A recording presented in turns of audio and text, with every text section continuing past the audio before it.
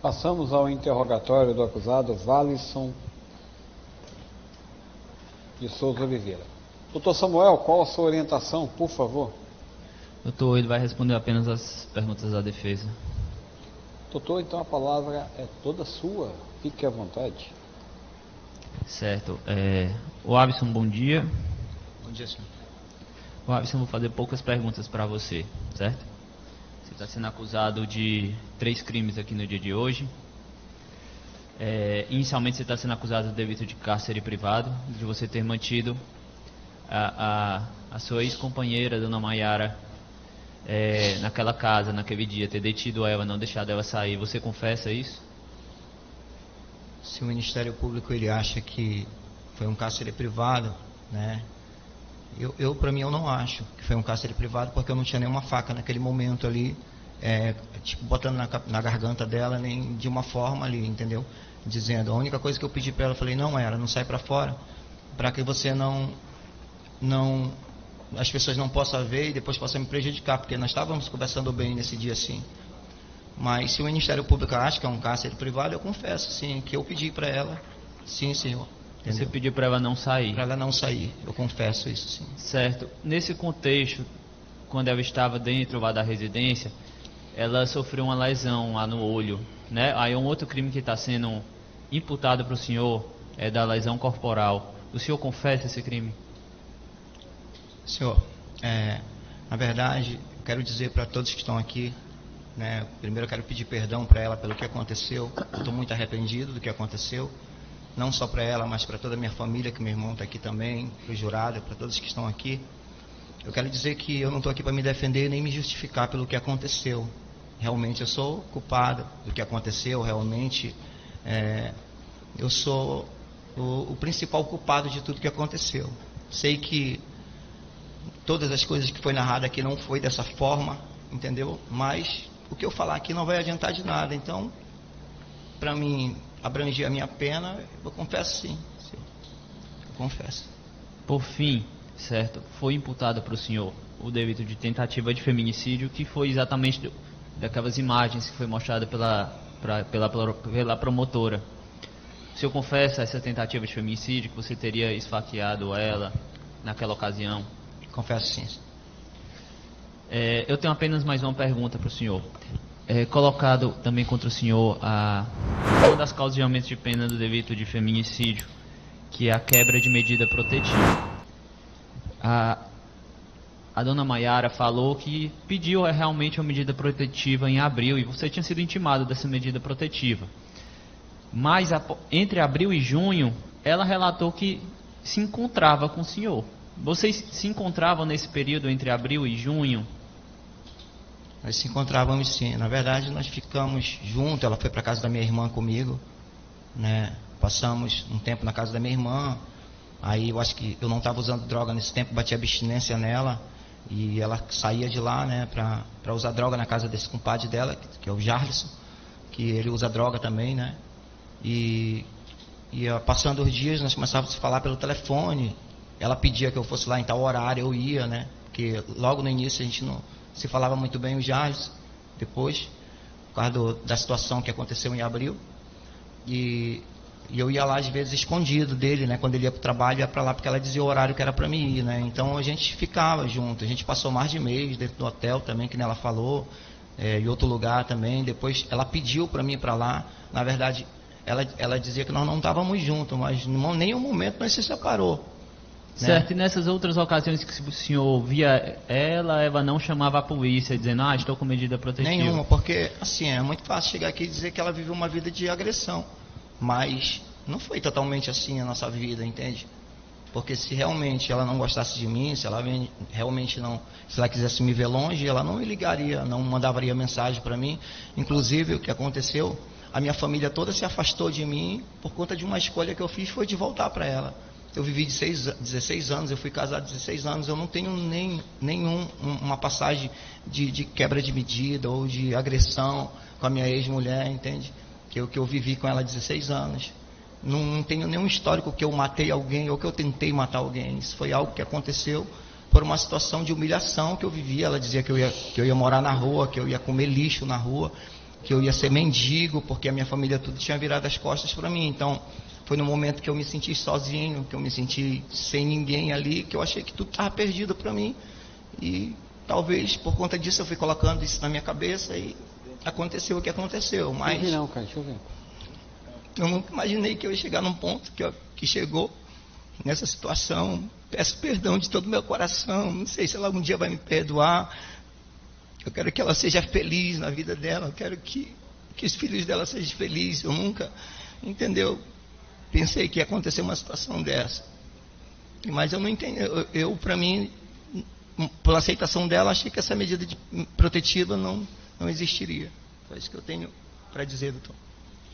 Tá certo. Você quer falar mais alguma coisa diretamente para os jurados? Não, eu só quero pedir perdão da sociedade, pedir perdão e que eu estou disposto a pagar o meu crime e um dia ter a oportunidade de sair de cabeça erguida dali, retomar minha vida de novo, porque hoje eu estou bem com Deus, graças a Deus, e sei que independente do tempo que eu passar ali, eu sei que é um recomeço, porque enquanto a vida, a esperança. Só isso que eu digo. Certo. Satisfeita, Samir, sem mais perguntas.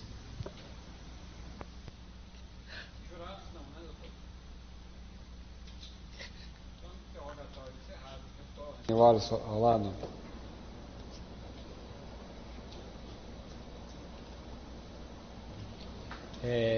Alguém quer ir ao banheiro, senhor jurado? Só por desencargo de consciência, porque são nem 11 horas ainda. Eu vou dar a palavra para a promotora. Ela vai falar 1h30 dela. Aí eu suspendo para o almoço e a gente volta com a fala da defesa. Só quer ir? Se você acompanha julgamentos e quer ver mais conteúdos como este, considere se inscrever no canal. Obrigada, Excelência. Bom dia. Eu também não queria estar aqui. Eu também não queria ter visto esse processo, como vocês viram hoje. Mas eu já tinha visto um pouquinho antes. E esse processo, esse caso, não está funcionando aqui depois. É o exemplo clássico do feminicídio. Com um final, digamos assim, feliz, porque ela não morreu. A maioria dos feminicídios clássicos como esse, existe uma escalada de violência em que a mulher acaba perdoando, acaba acreditando, porque o agressor, não só o Alisson, até esqueci o nome dele já, todos dizem que foi só aquela vez. Todos dizem que vão mudar. E essa relação deles, e tudo que eu vou falar é porque está no processo. Porque, além do que vocês viram hoje, outras coisas também. Era uma relação que tinha droga. Os dois eram usuários de droga. E era uma relação em que, pelo menos da parte dela, ela gostava dele. Mas ela não gostava de apanhar. Quem é que gosta de apanhar?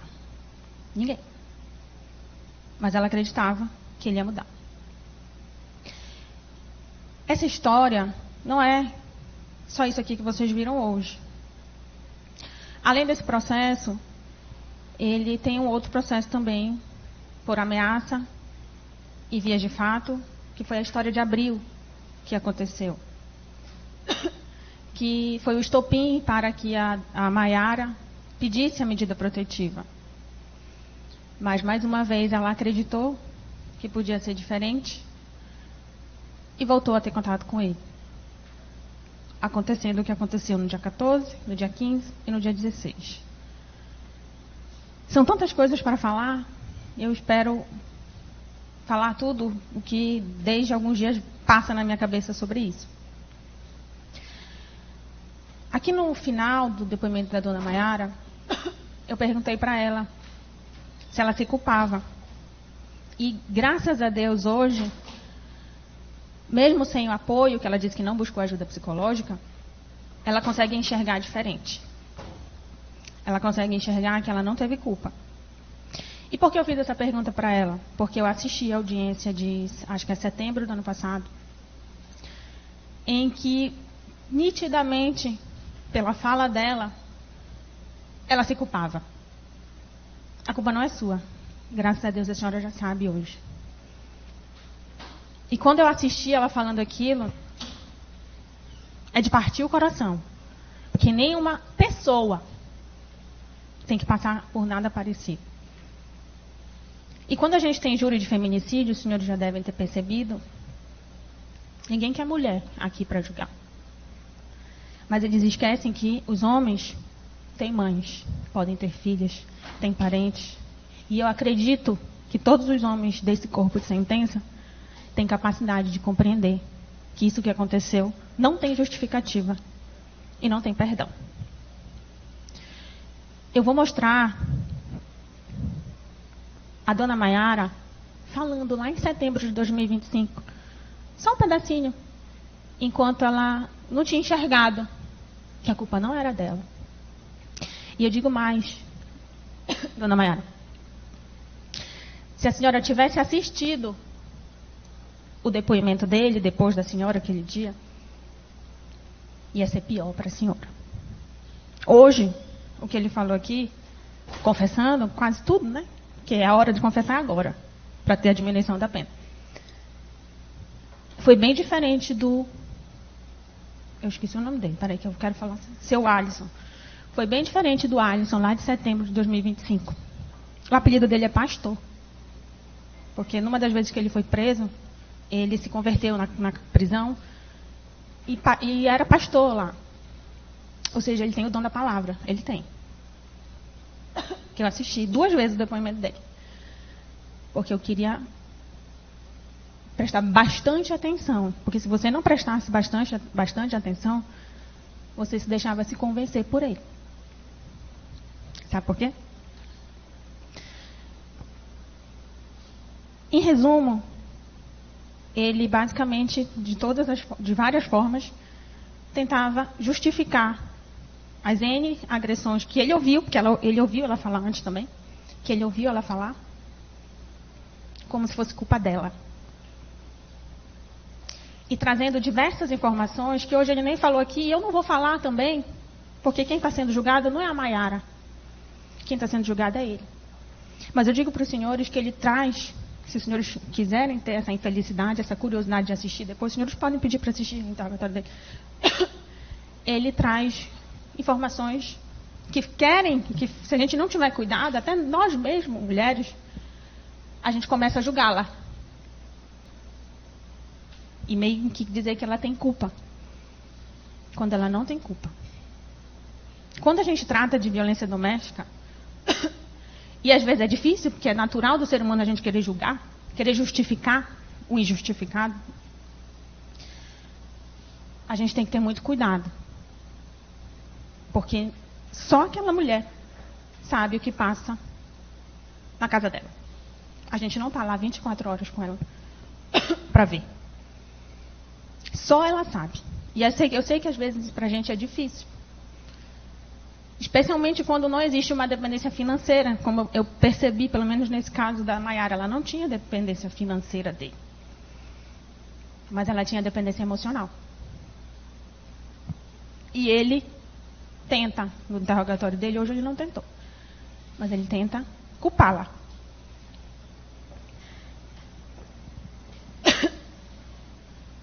Ele fala assim num pedaço: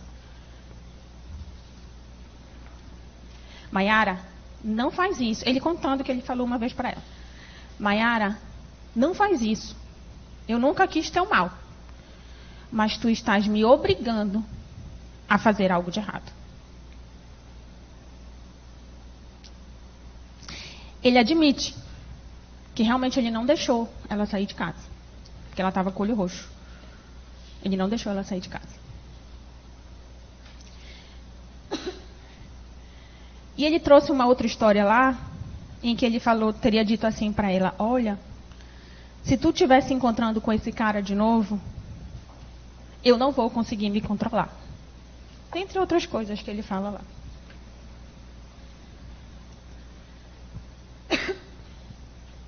querendo colocar a carga das decisões dele nas costas dela. Porque se você não concorda com alguma coisa, e aqui ela sempre foi clara desde a audiência anterior, que ele sabia da profissão dela, que é mais uma coisa que a gente tem que ter cuidado para não julgar.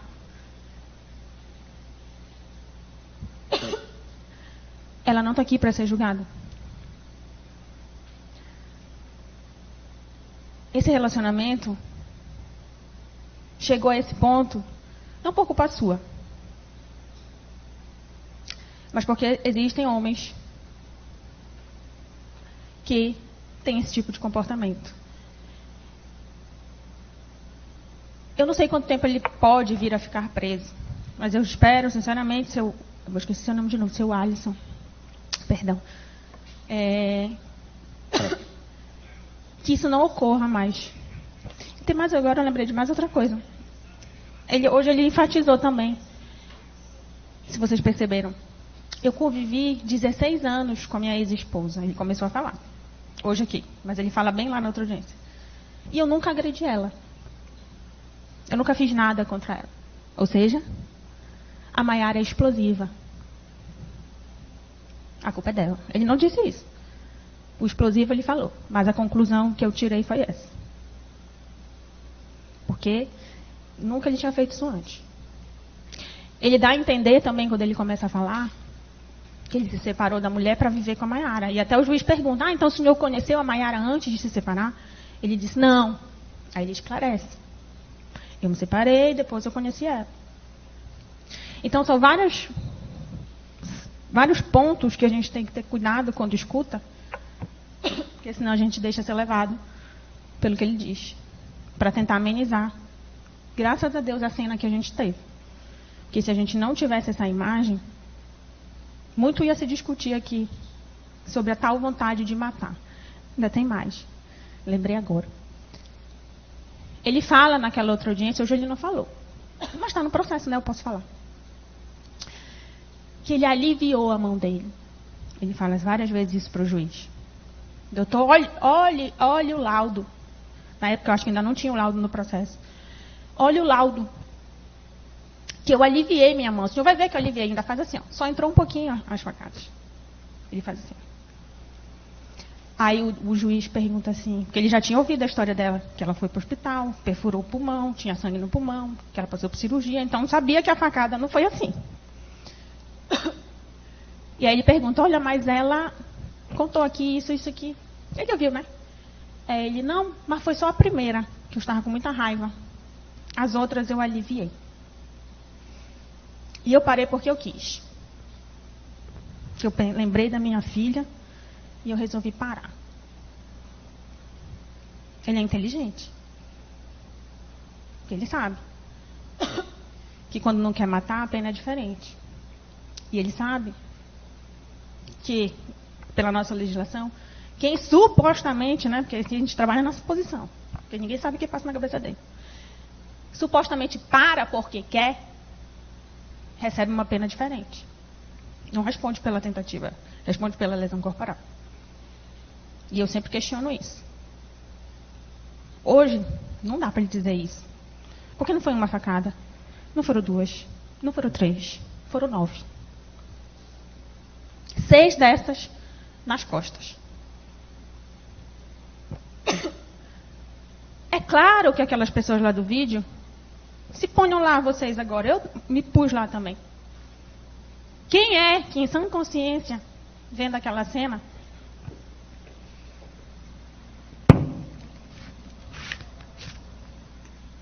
a faca ficou assim. Não era assim. Eu perguntei dela. Quem é que em sã consciência, vendo um homem com uma faca desse tamanho, desferindo facadas na costa de uma mulher, encurralada num caixa, quem é que ia lá? Se não fosse a tua filha, a tua mãe ou um parente muito próximo teu? Ninguém ia. Eu tenho certeza. Pelo menos eu não ia. Se não fosse alguém que eu conhecesse, eu não ia. O seu Geraldo foi sincero aqui também. Dizer, como é que eu ia lá? Eu temia por mim. Porque a defesa pode chegar aqui e falar para os senhores, vejam o vídeo. Ninguém segurou ele. Só gritavam, só gritavam. Ele parou porque ele quis. Até porque a gente sabe que a tal garrafa, o negócio de vidro lá, não bateu exatamente nele, bateu perto dele. Mas é logo depois dessa garrafada que ele para e vai embora. E essa discussão teria relevância na pena dele. Só que hoje é indiscutível.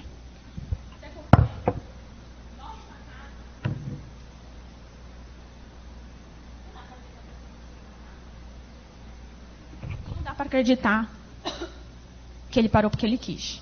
Que deu um anjo de luz, bateu na cabeça dele e ele resolveu mudar o comportamento dele naquela hora. E a própria jurisprudência diz isso pra gente. Que quando a agressão é tão grave, não tem como a gente dizer que a pessoa desistiu. Ainda que fosse uma facada só. Porque quando é uma facada só, a defesa vem aqui e diz assim, mas só foi uma. Se fosse 3, 4, aí eu não dizia. Só que hoje são 9. Isso é indiscutível. Põe lá a Maiara, por favor, no WhatsApp.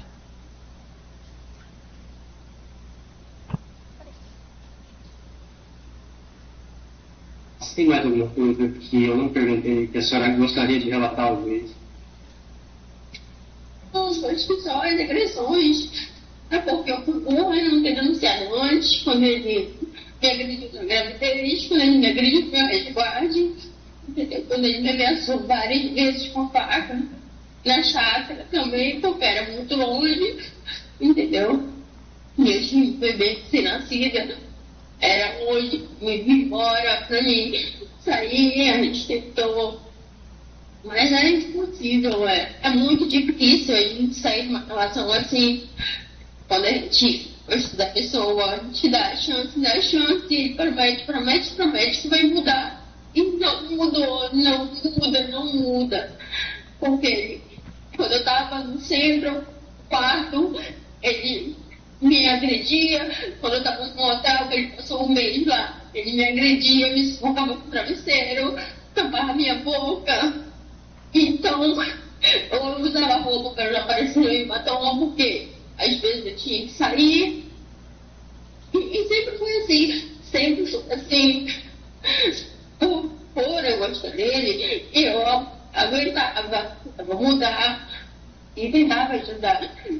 O tempo que ele passou comigo, durante esse período aí que eu me separei, que eu tentei voltar com ele, assim, por mais que tivesse a medida protetiva, porque ele ficava comigo de vez em quando, eu que sustentava ele, eu que pagava as coisas, entendeu? Ele era dependente do meu dinheiro, da minha vida, da gente, entendeu? Ele poderia ter pensado nisso antes, para tentar ajudar ele, mas o nosso vício também atrapalhava, entendeu? Mas ele, se ele tivesse consciência disso, de tanto que eu pedi para ele, segue a tua vida,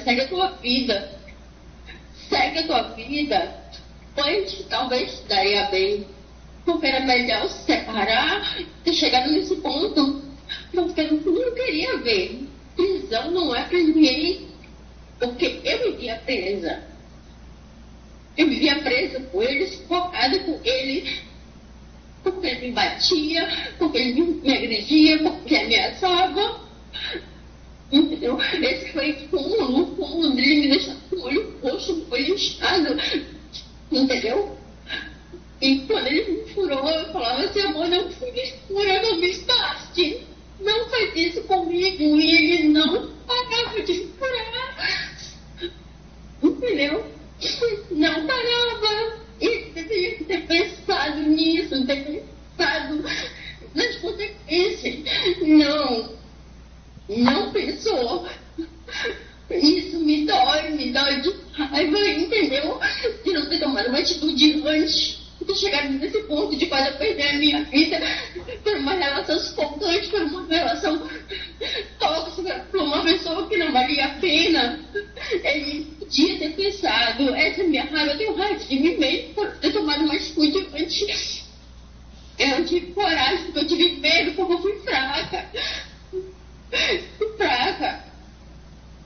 Mas eu não aguentei, chegou no limite que eu não aguentei. Eu não aguentei e eu não quero que ele saia, porque ele vai me matar. Ele vai terminar de fazer o que ele fez. Porque se ele não for atrás de mim, ele vai atrás dos meus filhos, que ele falou que no dia que ele acontecesse alguma coisa, ele ia dar as coisas das pessoas que eu mais amo. As pessoas que eu mais amo são meus filhos. Entendi, sabe? Ok, então é isso. Eu agradeço o depoimento. Ok, então é isso. Eu agradeço o depoimento. Se você acompanha julgamentos e quer ver mais conteúdos como este, considere se inscrever no canal. A Maria da Penha, que é a mulher que deu o nome à lei, que a gente sempre fala, Maiara, ela precisou também sofrer várias agressões. Ela foi afastada da família dela pelo agressor. E ela precisou... Pode fechar lá o WhatsApp. Ela precisou ficar paraplégica. E ainda demorou. Porque ele fingiu que o acidente que deixou ela paraplégica teria sido um roubo. Mas, na verdade, quem atirou na mulher, na Maria da Penha, foi ele. E ela ficou paraplégica. E ele continuava cuidando dela. E ela não enxergava. Que a mulher, quando ela está nesse ciclo de violência, ela não enxerga. Ela não consegue sair. Às vezes ela não consegue nem entender. Às vezes ela se culpa. E a Maria da Penha, depois de paraplégica, ele colocou ela dentro de uma... Eu não sei detalhes, mas ele foi dar banho nela, porque ela só era eles dois. Ela não tinha mais ninguém da família, porque ele não deixava ninguém se aproximar. Então era ele que cuidava dela, né? E quando ele foi dar um banho nela, porque só ele podia dar, ela não conseguia tomar sozinha, ele tentou eletrocutar essa mulher durante o banho. Precisou disso para ela enxergar que se ela continuasse ali, ela ia morrer. E foi a partir dali que ela começou a saga dela. Graças a Deus, a sua saga foi de 1 ano, né? Foi em junho, não vai ser nem 1 ano. Mas a saga da Maria da Penha foram anos. Muitos anos. Ela precisou ir até as cortes internacionais para dizer, olha, o Brasil não está olhando os meus direitos de vítima. Porque direito por acusado tem bastante. Precisou ela ir lá nas cortes internacionais dizer, faz alguma coisa, que tem anos que esse homem fez tudo isso comigo e o Brasil não pune esse homem. Não acaba essa saga. Porque já não bastou a vida toda ela ter sido maltratada, ela ainda teve que sofrer anos e anos para conseguir ver ele punido. E ela conseguiu. E ela só conseguiu, graças a ela, a gente tem a Lei Maria da Penha. Não é perfeita, não é. Mas ajuda. E outra discussão muito importante quando a gente fala de violência doméstica é o tal do consentimento da vítima.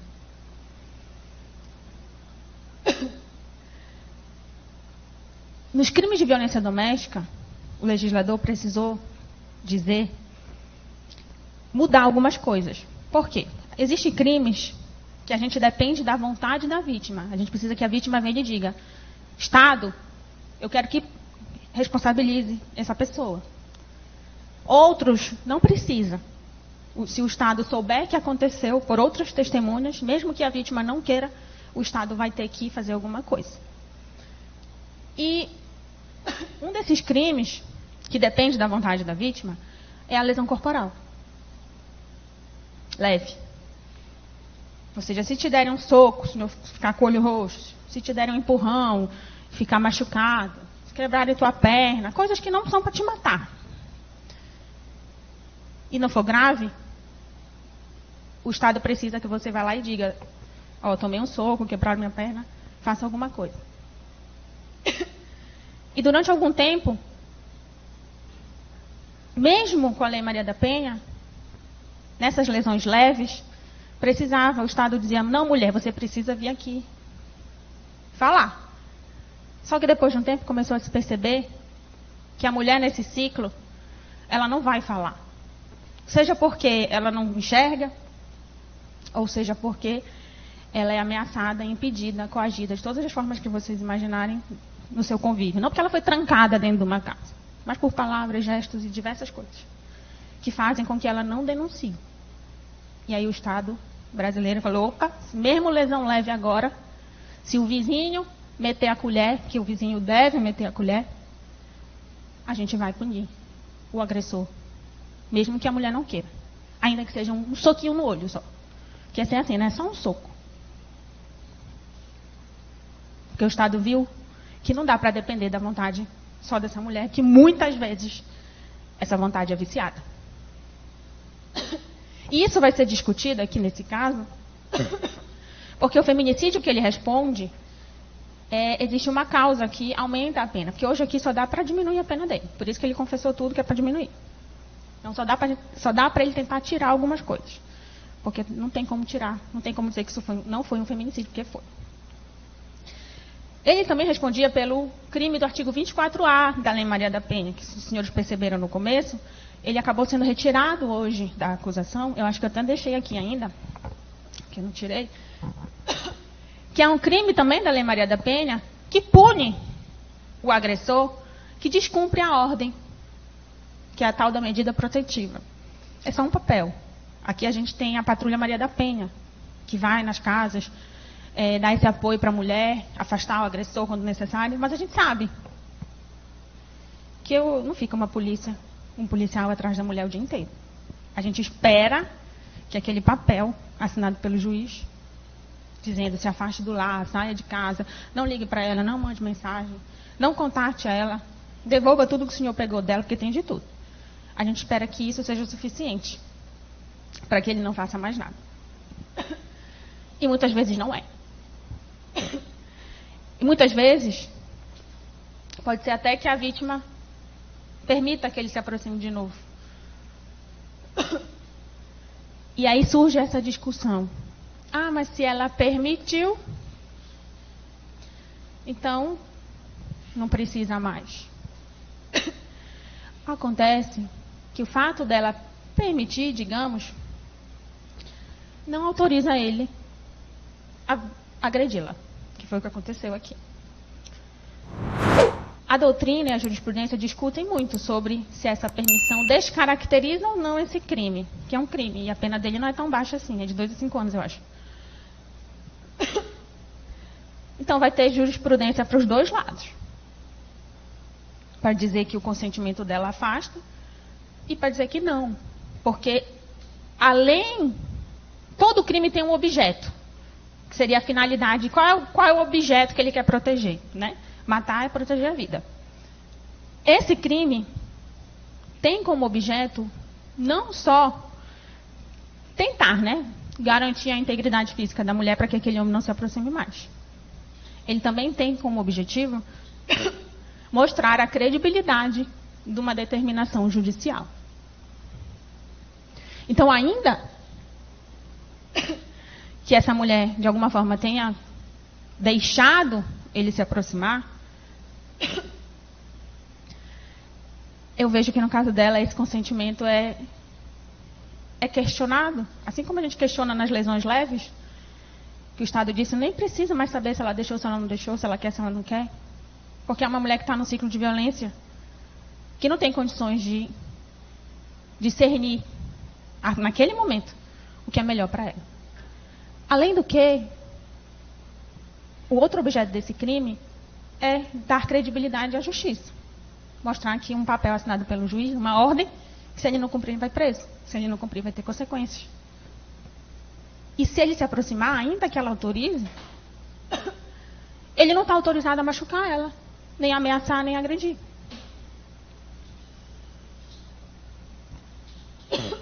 Então, vocês vão ver entendimentos para todos os lados. E o que eles vão querer colocar aqui é, ela deixou.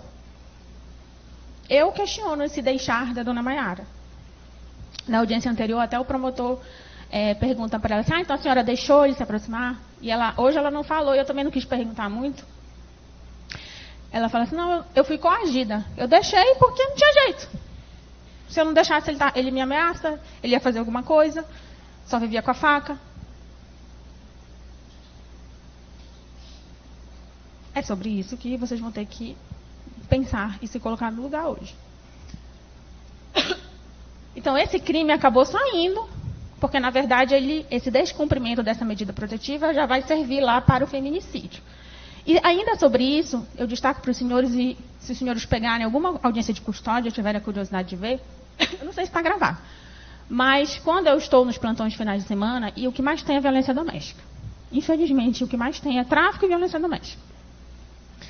E os defensores, tanto defensor público quanto advogado,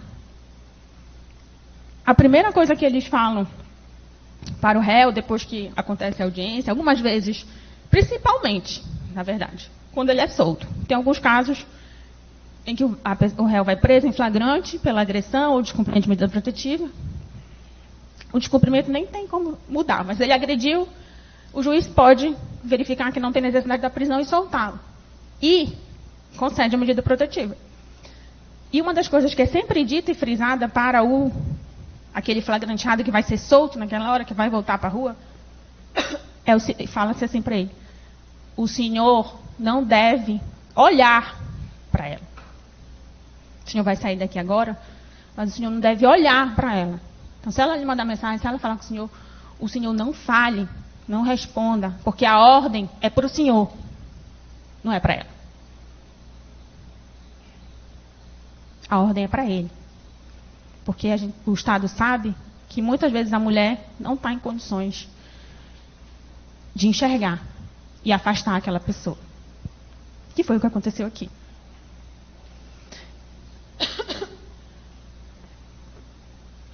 Agora a gente vai ter que mostrar um pouquinho do processo, para a gente falar do direito, porque os fatos, eles estão bem claros. Não tem muito o que discutir. É nítido que daquele dia 14 para o dia 16, que é quando ela consegue sair, ela não estava trancada. Isso está bem claro desde a audiência anterior. Mas cárcere privado não é só você trancar a porta, algemar a pessoa na cama, em algum lugar. É você não deixar ela sair de onde ela esteja. Ou de um quarto, ou de uma casa, ou de uma fazenda. Qualquer lugar. E esse não deixar sair, não tem tempo. Se for só 1 hora não é crime. Tem que ser 10 horas, tem que ser um dia, não tem. A partir do momento em que você tira da pessoa o direito dela de ir e vir,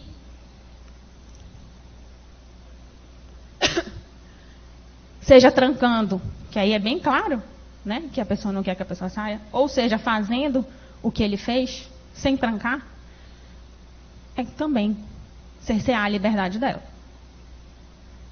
Vejam essa mulher que falou hoje aqui para os senhores, que falava ali naquele vídeo que os senhores assistiram, e se coloquem no lugar dela. Ela não estava trancada. Mas será que ela tinha condição de sair de lá na hora que ela quisesse? Quando ela foi bem clara aqui e disse que ele ficava o tempo inteiro atrás dela, até para ela ir fazer xixi, tudo que ela fazia ele estava atrás, para garantir que ela não saísse de casa. Poder fugir ela pode, não estava amarrada. Mas ela fisicamente poderia. Mas psicologicamente nenhum de nós fugiria. Então, teve crime de cárcere privado, sim. E durante esse tempo, que a gente sabe que foi mais ou menos, na verdade foi mais, né? Porque começou na noite do dia 14 até amanhã do dia 16, então foi mais de 24 horas. Ela ficou lá sendo ameaçada, perseguida por ele. Ela já tinha sido vítima de outras agressões. A gente vê pelo formulário que toda mulher vítima de violência preenche na delegacia. E ela não ia sair. Mas ela foi forte, porque no outro dia ela conseguiu convencê-lo a deixar sair, com a desculpa de que ia arrumar um celular, já que o celular tinha quebrado na noite anterior. E ele sabia que dali a história ia ser diferente. Tanto sabia que ele saiu de casa. Que ele fugiu da casa, que ele sumiu de lá. Põe no 4, por favor. Esse depoimento aqui é o de abril. Ele não é parte desse processo. Eu digo, os senhores não vão julgar esse fato aqui. Mas ele acabou sendo instruído na audiência, junto com esse fato. Os 2 processos, o juiz fez a audiência junto.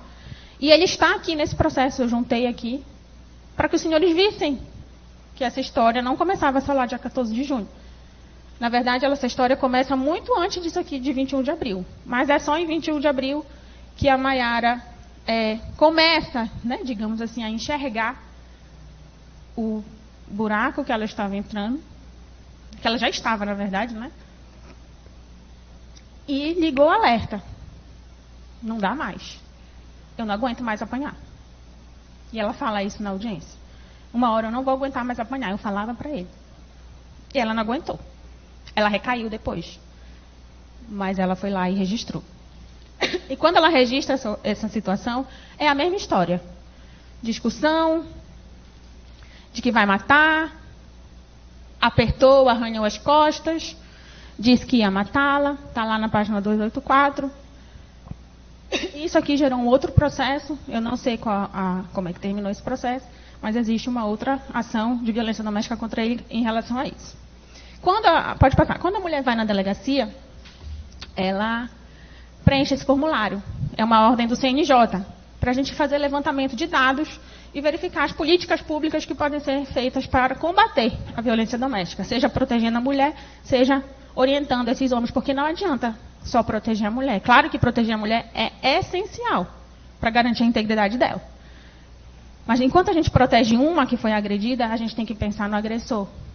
De alguma forma, trabalhar nele. Porque ele só troca, né? Ele sai de uma que a gente protege e vai vir outra. Pode ser que aconteça tudo de novo. Então, a gente a justiça faz esses levantamentos para auxiliar o executivo, né, a criar essas políticas públicas para combater a violência. E se vocês olharem lá nessa página 290 a 291, a história que ela conta é de diversas agressões, quando marca esse sim aqui, que é muito além do que ela foi contar lá no dia 21, que foi a que levou ela a fazer o registro e pedir a medida protetiva. Tinha faca, tinha enforcamento, tinha sufocamento. Teve agressão durante a gestação. Teve presença de pessoas ou filhos durante alguma dessas agressões. Então, aqui mostra pra gente, tinha droga, que ela não negou desde o começo, tinha droga. Isso também aqui, na verdade, não foi o motivo. Mas também deu um gás para que fosse pior. Mas não é motivo e não é justificativa. Pode passar. Aqui é a medida protetiva, é o papel, né, que a gente espera que quando ele receba, ele tenha medo. Alguns não têm, ele não teve. E ele já conhecia a prisão. E ele já conhecia a prisão antes dela. Porque quando ele conta lá no depoimento dele, ele fala quando eles começaram a viver, ele era bem, foi perdendo tudo, por culpa dela também. Isso é tudo a minha interpretação, né? Ele vai jogando as coisas. Que ele começou a perder tudo, ficou sem nada, a família dele não queria mais ajudar ele, já estava cansado por causa do vício. Que quando ela entrava em abstinência, ele caía junto, mas que ele conseguia segurar. Se você acompanha julgamentos e quer ver mais conteúdos como este, considere se inscrever no canal. E ele foi intimado disso aqui, desse papel. E nesse papel, pode passar para o próximo. Determina que ele saísse de casa. Que ele não perseguisse, intimidasse, ameaçasse, ou fizesse uso de qualquer método que prejudique ou ponha em risco a vida ou a integridade física ou psíquica da mulher. E as advertências de que ele poderia ser preso e que esse descumprimento de qualquer uma dessas aqui configura um crime autônomo. Além, só dele se aproximar, só dele desrespeitar, na verdade, qualquer coisa dessa aqui, já tem um crime. E se ele agredir ou ameaçar essa mulher, é outro crime. Então ele foi intimado disso aqui, bem claramente. A ordem não era para ela, a ordem era para ele. Aqui é a prova, pode passar, de que ele foi intimado no dia 25 de abril, pelo oficial de justiça. Então ele estava ciente. A partir desse momento, a gente precisa disso aqui. Porque a partir desse momento, que se ele descumpre qualquer uma daquelas ordens lá, já tem um crime. E a depender de como ele descumpre, pode ter outros crimes, que foi o que aconteceu aqui.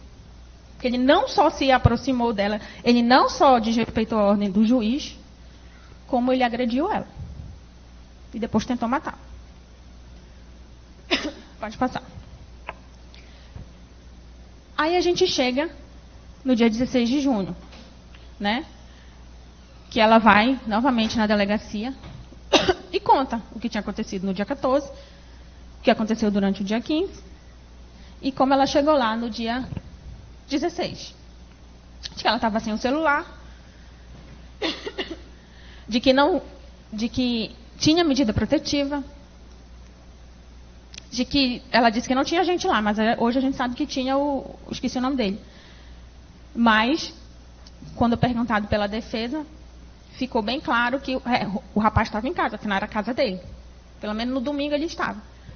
Mas o tempo inteiro o Alisson estava atrás dela e ela não conseguiu, de alguma forma, falar para o compadre, que é assim que ela chama, né? De que ela estava nessa situação. Mas ele viu o olho roxo.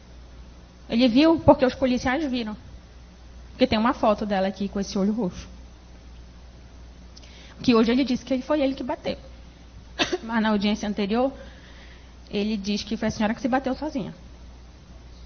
Falou, tá gravado. Pode passar por 10. Tá em preto e branco. Queria que tivesse colorido. Mas a delegada lá registrou o soco no olho e os arranhões que ela tinha no braço, que foi do dia 14. É por conta disso aqui que ele também responde, além do feminicídio, além do cárcere privado, ele responde por lesão corporal, em sede de violência doméstica. Isso aqui é lesão corporal. Isso aqui é você atingir a integridade física de uma pessoa. E no caso dele aqui, da ex-companheira ou da companheira dele, da pessoa com quem ele tinha um laço de afeto, que é o que precisa para caracterizar a violência doméstica. Isso aqui é violência, isso aqui é lesão corporal. Porque pode ser que queiram dizer para os senhores que aquelas 9 facadas lá não era vontade de matar, era lesão corporal também. Porque ele parou porque ele quis. Isso o direito, são as teses jurídicas que o direito permite. E falando nisso, abro um parênteses para falar para os senhores que durante muitos anos, isso foi recente, 2023 eu acho, precisou o STF bater o martelo e falar assim, acabou essa história na justiça brasileira de defesa da honra. Matei a mulher, bati na mulher, porque ela me traiu, que eu tinha ciúme dela. Tinha que defender a minha honra. Durante muitos anos, senhores, vários agressores foram absolvidos, tiveram suas penas menores, porque o Estado permitia, com a plenitude da defesa, que o Tribunal do Júri permite, que se chegasse aqui e se falasse qualquer coisa, vale tudo, para melhorar a situação do agressor. Se precisou, em 2023, o STF dizer, não dá não vale tudo não. Não dá mais para admitir que nenhuma defesa, em qualquer processo, seja de júri ou seja de lesão corporal, diga ou justifique o que fez porque foi traído. Não dá mais. Pode passar. Aqui foram trechos que eu peguei das falas dela, e eu acho que a maioria, não sei se já estava naquele trecho que vocês assistiram, mas eu vou ler aqui só para os senhores, se não tiver, para os senhores ouvirem o que ela disse lá naquela audiência. Ele me batia para ninguém ver, então eu ficava calada. Denunciei porque eu não aguentava mais. Pedi medidas protetivas, mas em seguida a gente voltou a se falar e eu gostava dele. Eu ainda tentei ajudar, não sei o que foi que eu escrevi aqui, para que ele tivesse feito tudo isso comigo. Mas não... eu ainda tentei ajudar, mesmo que ele tivesse feito tudo isso comigo. Mas eu não aguentava apanhar. Ele dizia que era para eu não denunciar. Que se eu denunciasse, no dia que ele saísse, podia demorar o tempo que fosse. Ele ia me matar. Assim que a viatura saiu, ele retornou. Passou pelo portão, pulou o muro. Ele pediu para eu não correr e não gritar. Foi quando eu saí correndo e entrei no comércio, que foi o primeiro lugar que eu vi. Fico assustada o tempo todo, achando que ele vai aparecer. Eu sei que ele vai fazer alguma coisa. Ele é muito possessivo e ciumento. Aí, acho que essa parte já estava. Eu fui burra. Não denunciei antes, quando ele me agrediu na gravidez. Me agrediu no meu resguardo, quando ele me ameaçou várias vezes com a faca na chácara. É muito difícil sair de uma relação assim. A gente dá uma chance, ele promete que vai mudar e não muda. Eu vivia presa. Eu vivia sufocada com ele, porque ele me batia, me agredia, me ameaçava. Quando ele me furou, eu falava. Isso eu ainda não tinha assistido o vídeo, por isso que eu acabei anotando. Amor, não me fura. Não me bate. E ele não parava. Eu tenho raiva de mim mesma por não ter tomado uma atitude antes. Eu tive medo. Eu fui fraca. Agora eu não quero que ele saia, porque ele vai me matar ou vai atrás dos meus filhos. Ele falou que se acontecesse alguma coisa, ele ia atrás das pessoas que eu mais amo. E as pessoas que eu mais amo são os meus filhos.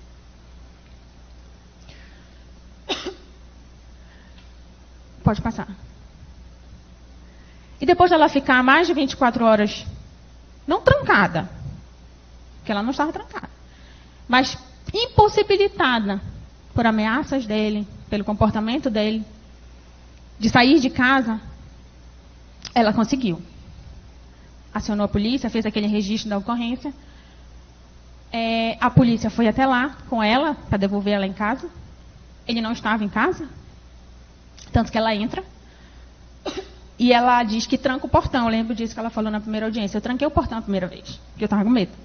Só que a polícia volta para pegar informações dele. Né, que foi o que ela falou de novo aqui hoje. E dessa segunda vez eu acabo não fechando o portão. E como ela disse lá, assim que a viatura sai, parecia que ele estava esperando. A viatura saiu, ele brotou. E ela disse aqui hoje que assim que ela viu ele, ela viu a faca. Que lá, hoje ele não fala, mas ele disse que não, que ele entrou, que depois que ele pegou a faca. Mas enfim, ela viu ele com a faca. E ela corre. E entra no comércio. Vejam que nada para ele. Mesmo à luz do dia, com um monte de gente ali, ele continua. Pode dar play. E agora a gente vai ver até o final.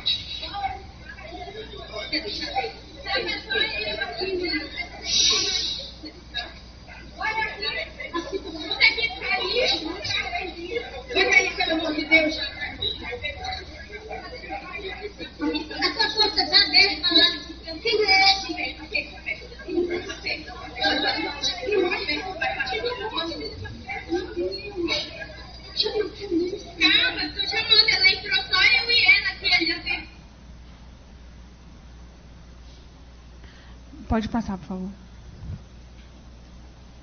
Pode passar, já falei disso. Aqui é o laudo. Lá na página 116, 117. Eu acho que hoje eu não tenho croquis para mostrar para vocês, mas a gente tem as imagens. Se os senhores repararam lá, ela estava cheia de marcas vermelhas aqui nas costas, que foram onde pegaram 6 das perfurações. Aqui nesse laudo também fala do olho roxo dela, que é a lesão corporal. E aqui ele diz pra gente o que a gente vê lá nas imagens, de que ela tinha lesões, além dessa do olho, pérfuro cortantes, que geralmente pérfuro cortante é faca, algum objeto que fura e corta. Que foram múltiplos golpes, ainda avaliou como cruel,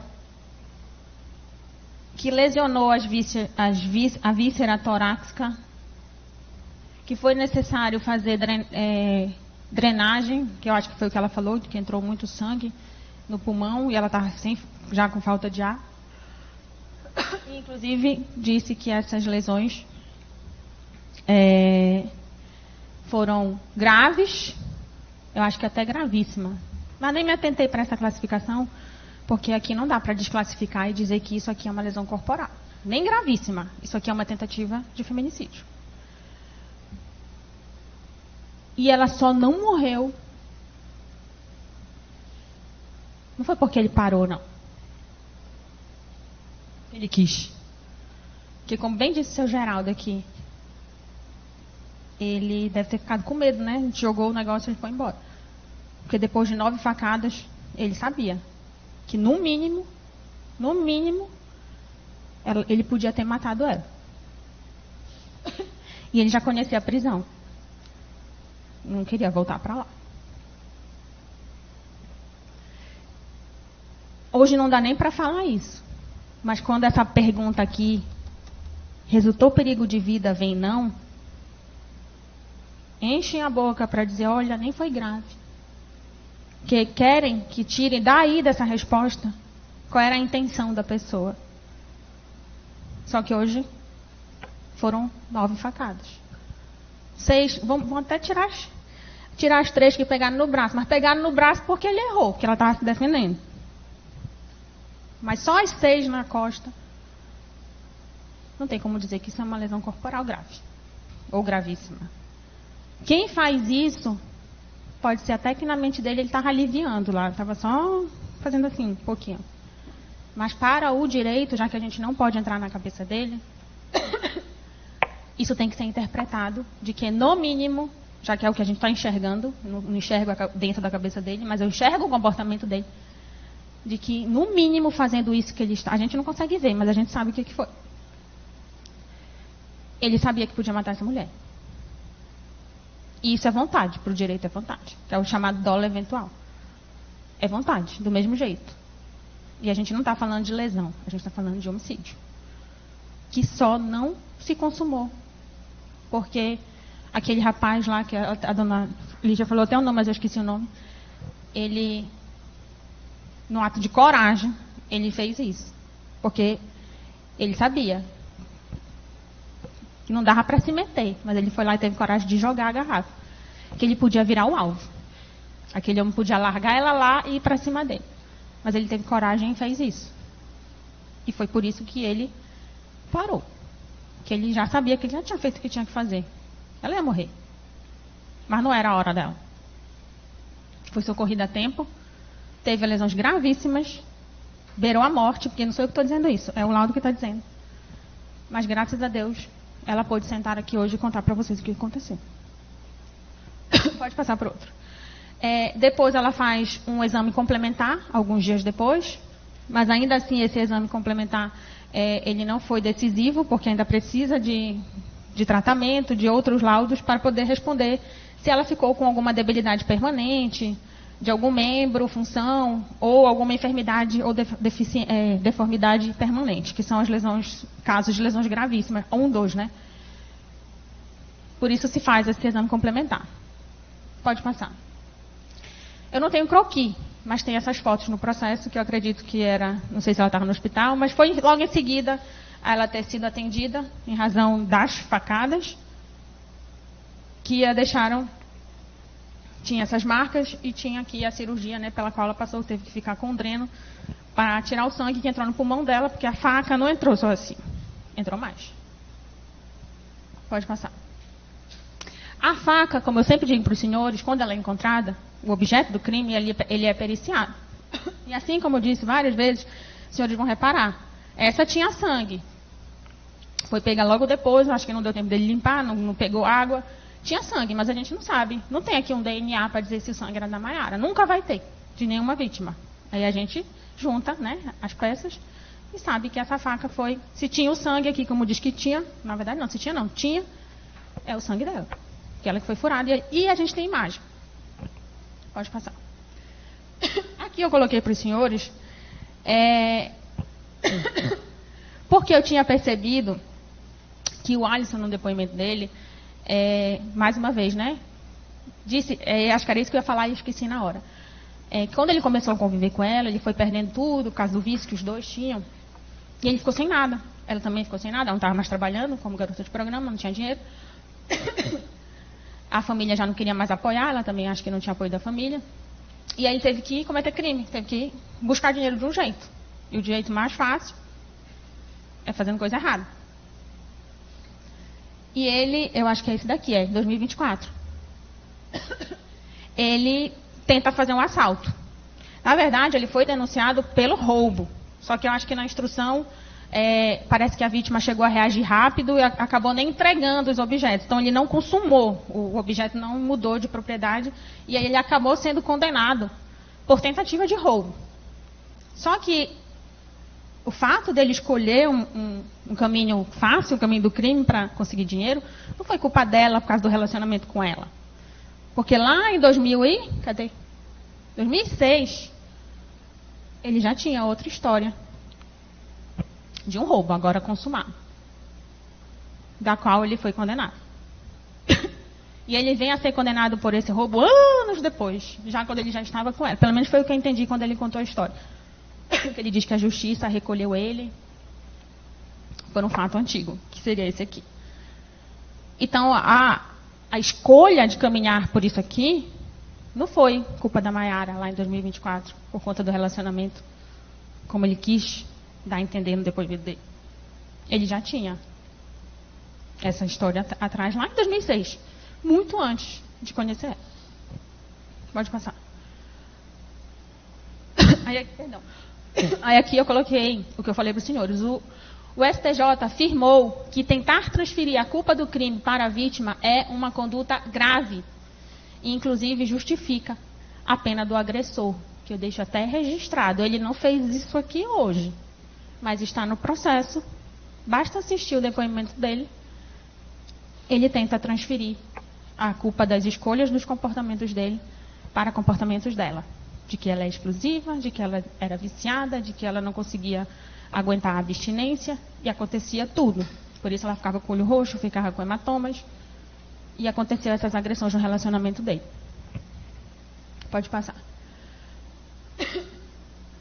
E aqui o próprio STJ também diz de novo, o princípio da plenitude de defesa, assegurado constitucionalmente aos acusados no tribunal do júri, não é absoluto. E deve ser exercido nos limites e nas formas estabelecidas pela legislação processual, não conferindo à parte o direito irrestrito de produção de provas, mas sim a garantia de que poderá se valer de todos os meios legalmente previstos. Então, não pode tudo. Lá na Constituição está dizendo que a defesa no tribunal do júri ela é ampla. Vale a tudo. Vale tudo. Mas o STF precisou dizer lá em 2023 que não valia mais culpar a vítima e dizer que eu fui traído, eu tenho direito de responsabilizar essa mulher. Seja batendo ou seja matando. Pode passar. Eu até coloquei o julgado aqui do STF para os senhores verem um ano. Essa notícia é de 2023, em que ele diz que acabou essa história de dizer que eu matei e agredi para defender a minha honra. Pode passar. Pode passar. Desce para o próximo, 24. Agora vamos para os crimes que os senhores vão julgar. Está até acabando meu tempo. De fato, a gente não precisa mais discutir nada. Eu comecei pelos mais leves para a gente chegar no feminicídio. Não se trata aqui de dar a maior pena para ele. Eu não sei nem qual vai ser a pena dele. Porque essa preocupação não é minha, não é de vocês. É o juiz que vai valorar. Quem mais se preocupa com isso é a defesa, para garantir que a pena dele seja menor. Eu tenho que olhar os fatos e encaixar no direito. E ainda que a pena dele seja grande, lembrem que, e o senhor também já sabe, ele não cumpre a pena presa. No máximo, 50% ou 60% preso. Eu lamento dizer isso, Mayara. Algum tempo depois ele vai cumprir o resto da pena solto. E é aí nesse ponto que o Estado precisa trabalhar políticas públicas para garantir que ele e qualquer outro agressor não volte a fazer o que fez. Que a Mayara hoje está protegida, porque acho que agora ela se entendeu a posição que ela não pode mais se colocar. Nenhuma mulher merece. Mas talvez ele consiga fazer outra mulher se colocar nessa mesma situação. Porque ele fala bem. Tanto ele fala bem que ele é pastor. Um dos crimes que os senhores vão julgar é esse aqui, a lesão corporal, em sede de violência doméstica. É inegável que a gente está falando de um homem e uma mulher que tinham uma relação afetiva. E que, inclusive, moraram juntos há algum tempo. Então, aqui não dá para dizer que nem é feminicídio. Porque uma das teses de feminicídio, de júris de feminicídio, é tentar tirar o feminicídio para ser um homicídio. Que a pena do feminicídio é diferente da pena do homicídio. Tudo isso o Estado tenta, de toda forma, aumentar a pena, aumentar a punição, aumentar o tempo de regime fechado, para ver se as pessoas param de achar que são donos da vida dos outros. Mas os senhores podem perceber que a gente não consegue. Mesmo podendo tomar uma pena de 40 anos, eles não têm medo. Sabe por quê? Porque eles sabem que eles não vão ficar os 40 anos presos. Todo mundo sabe. Infelizmente, no Brasil, muitas vezes o crime, ele compensa. Quando ele não recompensa. Infelizmente, acontece. O primeiro crime é esse aqui, lesão corporal. Em sede de violência doméstica, que é lá no parágrafo 13. Ofender a integridade corporal ou a saúde de outrem, se essa lesão é praticada contra a mulher, por razões da condição do sexo feminino, nos termos desse parágrafo aqui, que eu vou já mostrar para os senhores, configurou esse crime. E a acusação que pesa sobre ele, que ele até confessou hoje, que ele realmente deu esse soco nela, é de uma lesão corporal em sede de violência doméstica. Nem ele negou. Está aqui o soco, que, salvo engano, foi dia 14, na noite do dia 14 de junho. Pode passar. O outro fato que os senhores também vão analisar, e ele também já confessou, diante do relato dela, é do cárcere. O cárcere, ele tem umas peculiaridades aqui, que fala sequestro e cárcere privado. Tanto o sequestro quanto o cárcere privado, a pena é a mesma, o crime é o mesmo. Só muda, assim, para a gente no direito, que o sequestro, por exemplo, é como se fosse a vítima ficasse restrita a uma área maior. Imagina o sequestro de uma pessoa que fica, por exemplo, numa fazenda ou num terreno, numa casa. Ela pode circular ali, mas ela não pode sair dali. Isso é um sequestro. E o cárcere privado é quando essa restrição ela é mais, vamos dizer assim, mais restrita. Não é só naquele local. A pessoa fica, tipo, presa dentro de uma casa, dentro de 4 paredes, ou dentro de um quarto, ou dentro de um ambiente ou de uma casa inteira. Fica restrito a um ambiente menor. Que é o caso, por isso que a gente fala aqui para ele, tanto o cárcere quanto o sequestro, a pena é a mesma. Que no caso dela, ela ficou com a sua liberdade restrita, limitada ali à casa do compadre, onde eles estavam. Que inclusive não era a casa deles. Que foi, eu lembro que ela falou até na audiência, ele não tinha nem como trancar, porque a casa não era nossa.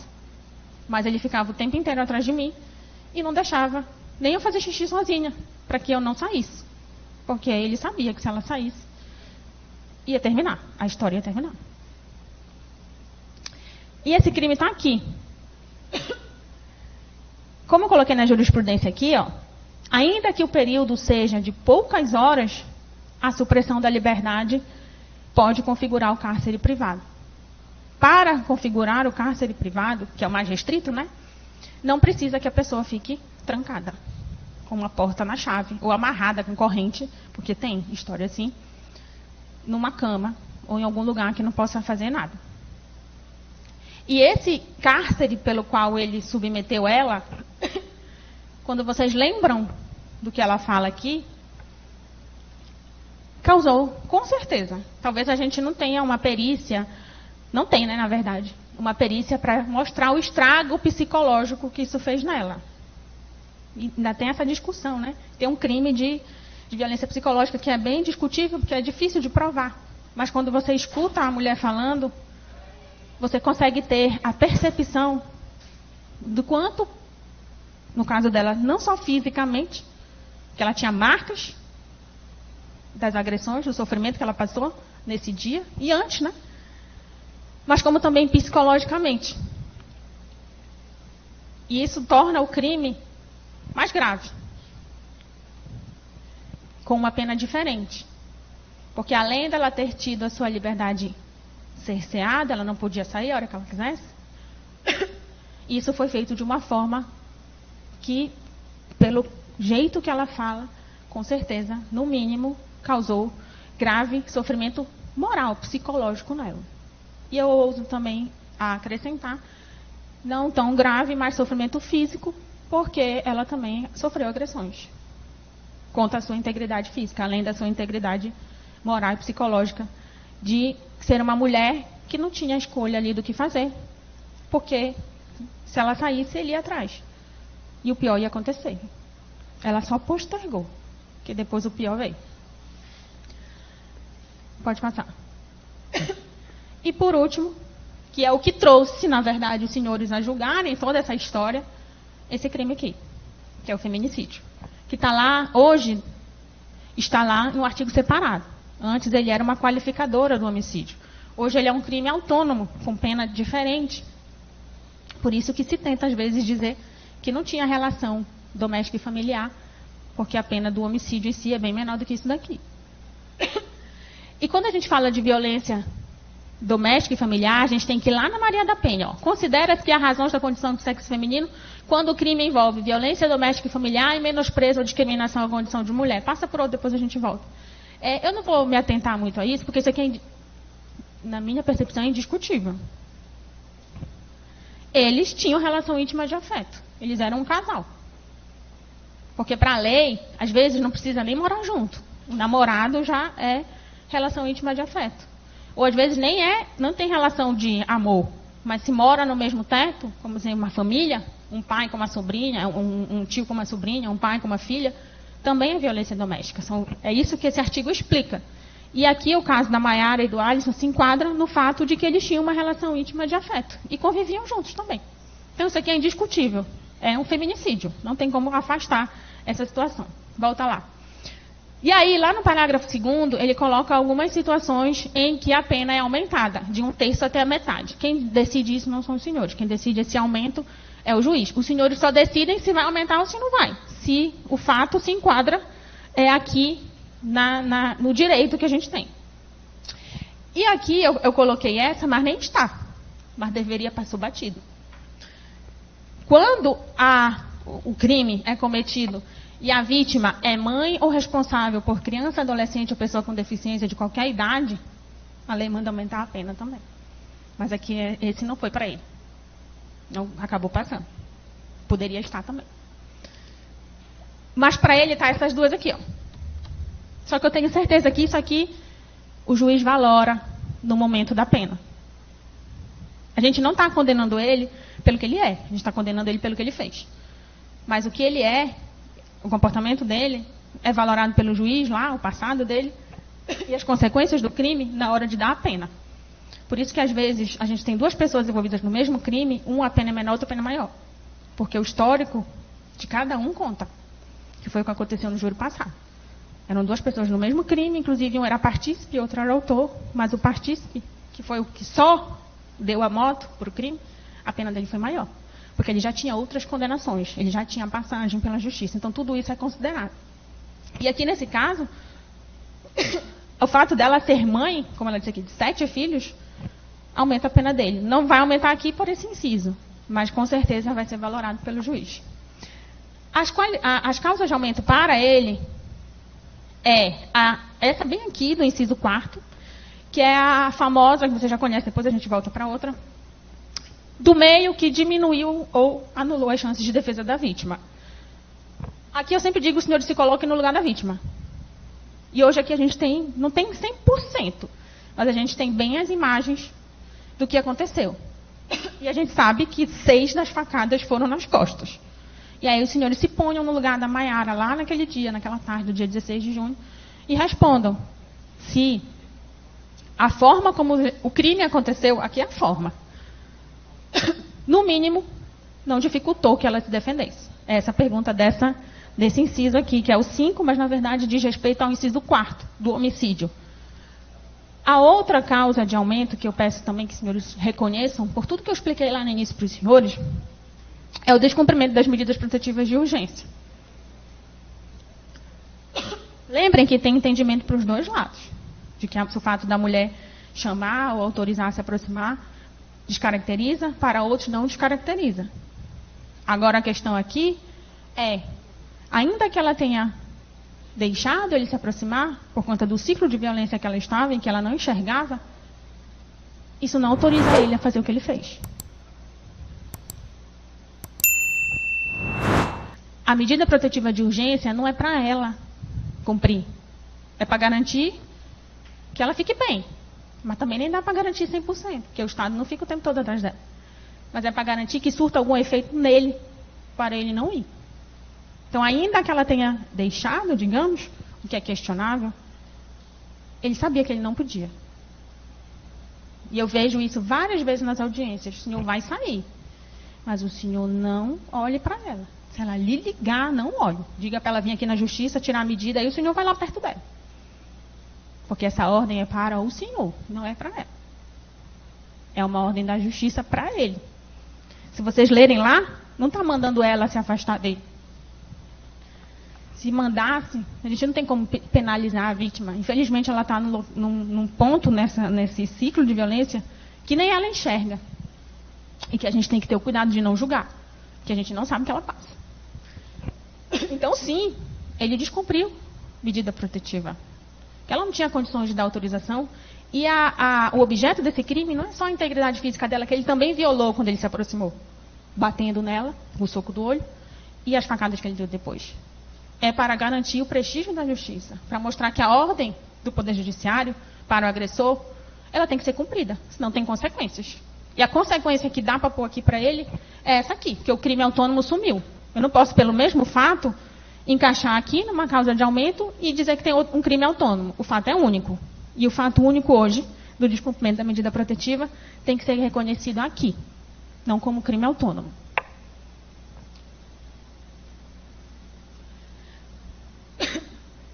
Eu tinha colocado para falar do privilégio, mas eu acho que isso não vai acontecer. Que o privilégio é uma causa de diminuição. É como se fosse uma justificativa para o que aconteceu. Só que aqui, nesse caso dele, se sustenta desde a denúncia que a razão de tudo isso ter acontecido é o ciúme. Que tanto ela reconheceu que ele tinha, como também disse que também ela era ciumenta. Que é uma motivação torpe. E esse motivo, ele é grave, mas não para diminuir a pena. Sabe por quê? Para diminuir a pena por um privilégio, você dizer assim, mas eu perdi a cabeça.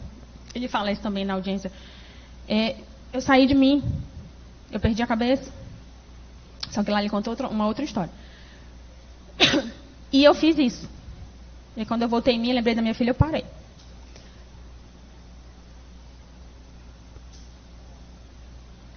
Ela tem que ser observada no seguinte sentido, não é o que ele diz. Talvez para ele, o ciúme, a possessão que ele tinha, a relação que ele tinha com ela, fez com que ele ficasse doido lá na hora e tivesse feito aquilo que ele fez, porque ela tinha denunciado ele já. Ele já sabia. A polícia estava lá, ele estava escondido. Se ele estava escondido, porque ele sabia que a polícia ia atrás dele. E ele ficou com raiva. E perdeu a cabeça. Só que para se reconhecer que isso daí diminui a pena dele, é preciso que exista uma injusta agressão da vítima, ou seja, a vítima provocou. Lembrem, injusta. E não é só bater, é qualquer coisa, um olhar feio, um palavrão, um gesto. Ou seja, a vítima faz alguma coisa injustamente que faz com que ele perca a cabeça e faça o que ele fez. Quando isso acontece, a vítima age injustamente e realmente provoca o réu a fazer alguma coisa que ele perde o sentido, perde a razão, perde o filtro, o direito diz que pode diminuir a pena dele. Os senhores poderiam reconhecer uma causa de diminuição. Só que para reconhecer isso, é preciso que essa situação, primeiro, tenha todos esses requisitos. Que a vítima provocou injustamente. E qual é a injusta provocação da Maiara a justificar o que ele fez? O fato dela ter ido denunciar, porque não aguentava mais apanhar? Ou porque ele tinha ciúme dela? Ou porque ele estava traindo ela? Hoje ele não falou, mas ele falou isso na audiência. Ou porque ele estava traindo ela? Que ela tinha voltado a fazer programa? Tinha mentido para ele?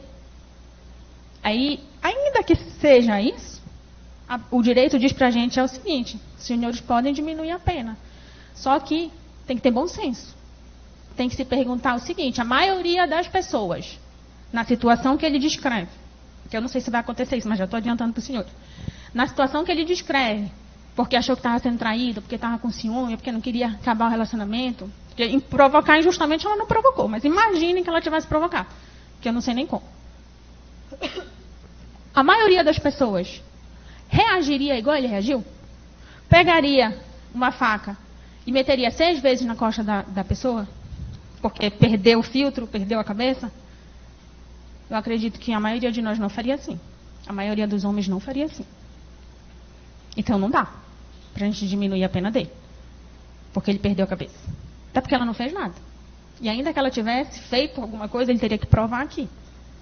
E teria que mostrar pra gente que a maioria de nós, se estivesse no lugar dele, ia pegar uma faca dessa e ia fazer como ele fez. E eu garanto que a gente não faria assim. Por isso a gente não pode diminuir a pena dele. Dizer que o motivo pelo qual ele agiu foi bom. Porque quando a gente diz que tem privilégio, é porque o motivo foi bom. Só que eu estou dizendo para vocês que o motivo pelo qual isso aqui aconteceu foi o ciúme. Foi essa relação conturbada dele, e isso tem que ser valorado pelos senhores de forma negativa. Desce aqui pela barra, só para eu mostrar os quesitos. Já acabei de falar, só para os senhores verem. 36. Materialidade é o laudo das facadas. Hoje eu não pude pedir para ela mostrar, porque ela estava de vestido, mas a gente vê pelas imagens. Autoria. Vai ser perguntado se o crime foi praticado contra a mulher por razões da condição de sexo feminino, envolvendo violência doméstica, já que o acusado e vítima eram companheiros. Sim. Não existe nenhuma razão para absolvê-lo. Ainda que a dona Maiara tivesse sentado aqui e dito que perdoou, que apagou da vida dela, ou que quer voltar com ele, que isso é uma escolha dela, não é uma escolha nossa, isso não influencia a decisão final. Ele tem, e ele sabe que ele tem que ser responsabilizado pelo que ele fez, porque a gente só planta o que a gente colhe. Ou melhor, a gente só colhe o que a gente planta. A quinta pergunta, já que a gente está falando de uma tentativa, os senhores vão ter, eu não sei se também isso vai ser sustentado, mas é assim, ó. O acusado, assim agindo, esfaqueando a vítima, desejava produzir o resultado morte, ou assumiu o risco de produzir o resultado, devendo responder por um delito de homicídio, que somente não se consumou, está faltando não, por circunstâncias alheias à sua vontade, quais sejam a intervenção de terceiros, ou porque ali naquela hora ele achou que já não precisava fazer mais nada, que realmente ninguém segurou ele, mas quem aqui ia segurar? E como é que eu posso dizer que ele parou depois dele quase ter matado ela? Eu acho que eu até pulei essa parte. Sobe aqui rapidinho. Aqui 30, só para os senhores verem. Não há desistência voluntária se a potencialidade lesiva do golpe por si só poderia levar a vítima a óbito, que demonstra que os réus pretendiam a consumação do crime. Só os golpes que ele deu não foi assim, não. Já mostra que ele queria matar. E ela só não morreu porque ela foi socorrida a tempo. Senão ela tinha morrido. Volta lá, 36. O acusado praticou o fato em descumprimento de medida protetiva de urgência? Sim. Ele não podia, não só se aproximar, ele não podia... Lembra lá, vê se tu acha o slide lá da medida protetiva, lá em cima. Ele não podia causar nenhum tipo de agressão, seja física ou moral ou psicológica nela. Aqui, ó. Proibição de perseguir, intimidar, ameaçar, ofendido ou fazer uso de qualquer método que prejudique ou ponha em risco sua vida, sua integridade física e psíquica. Então, ainda que ela tenha deixado ele se aproximar, isso não é autorização para que ele a ameaçasse, para que ele desse um soco nela e para que ele desse 9 facadas nela. Então, reconheçam, volta lá no 36, reconheçam que houve descumprimento de medida protetiva. Não para caracterizar mais o crime autônomo, porque já está tirado, mas para caracterizar esse aumento da pena, porque isso aconteceu. A outra pergunta é o motivo, que é o ciúme. O acusado praticou o fato por motivo torpe, ou seja, ciúmes, eis que não aceitava o fim do relacionamento do casal. Ela falou isso aqui hoje. Ela falou também na audiência anterior. Ele não deixava nem ela sair para denunciar, porque ele sabia que se isso acontecesse ia acabar. E a razão disso ter acontecido é um motivo desprezível, porque se você não quer, se a pessoa não quer mais você, o que qualquer pessoa faz? Não quer mais, termina, segue teu caminho, segue o meu. Não vai lá e dá facada, soco na pessoa. Isso é grave, não é pouco. Não é razão para diminuir a pena dele, porque ciúme é bonito. Ah, ter ciúme é sinônimo de amor. Dependendo do nível, pode até ser. Mas esse ciúme que faz com que a pessoa faça isso que faz com uma mulher, ou com qualquer outro ser humano, não é um ciúme bonito para a gente diminuir a pena. É, na verdade, um negócio, um motivo gravíssimo que merece uma pena maior. E a última pergunta é do meio que impossibilitou ou dificultou a defesa da vítima. Aí vocês lembrem do vídeo, não sei se vai ser mostrado de novo. Espero que não, porque realmente é muito ruim. A gente se coloca ali naquela hora. Eu lamento pela filha da dona Lígia, a Ana Luísa, na época com 17 anos, ter presenciado isso, para que os senhores vejam que o crime não traz consequências só para a mulher que levou as 9 facadas. Traz consequência para muita gente. E a dona Lídia, eu até tirei um trecho do depoimento dela, eu ia mostrar para os senhores. Se você acompanha julgamentos e quer ver mais conteúdos como este, considere se inscrever no canal. Digamos, não sei qual seria a palavra, mas o descontentamento dela, né, de saber que existe um ser humano que vai no meio da rua, à luz do dia, entra no local de trabalho dela, quebrou um monte de coisa lá, que ela ficou no prejuízo também, e mete 9 facadas numa outra mulher. E ainda deixa a filha dela com problemas psicológicos, que não conseguia dormir, não conseguia comer, não conseguia fazer nada. Sabe por quê?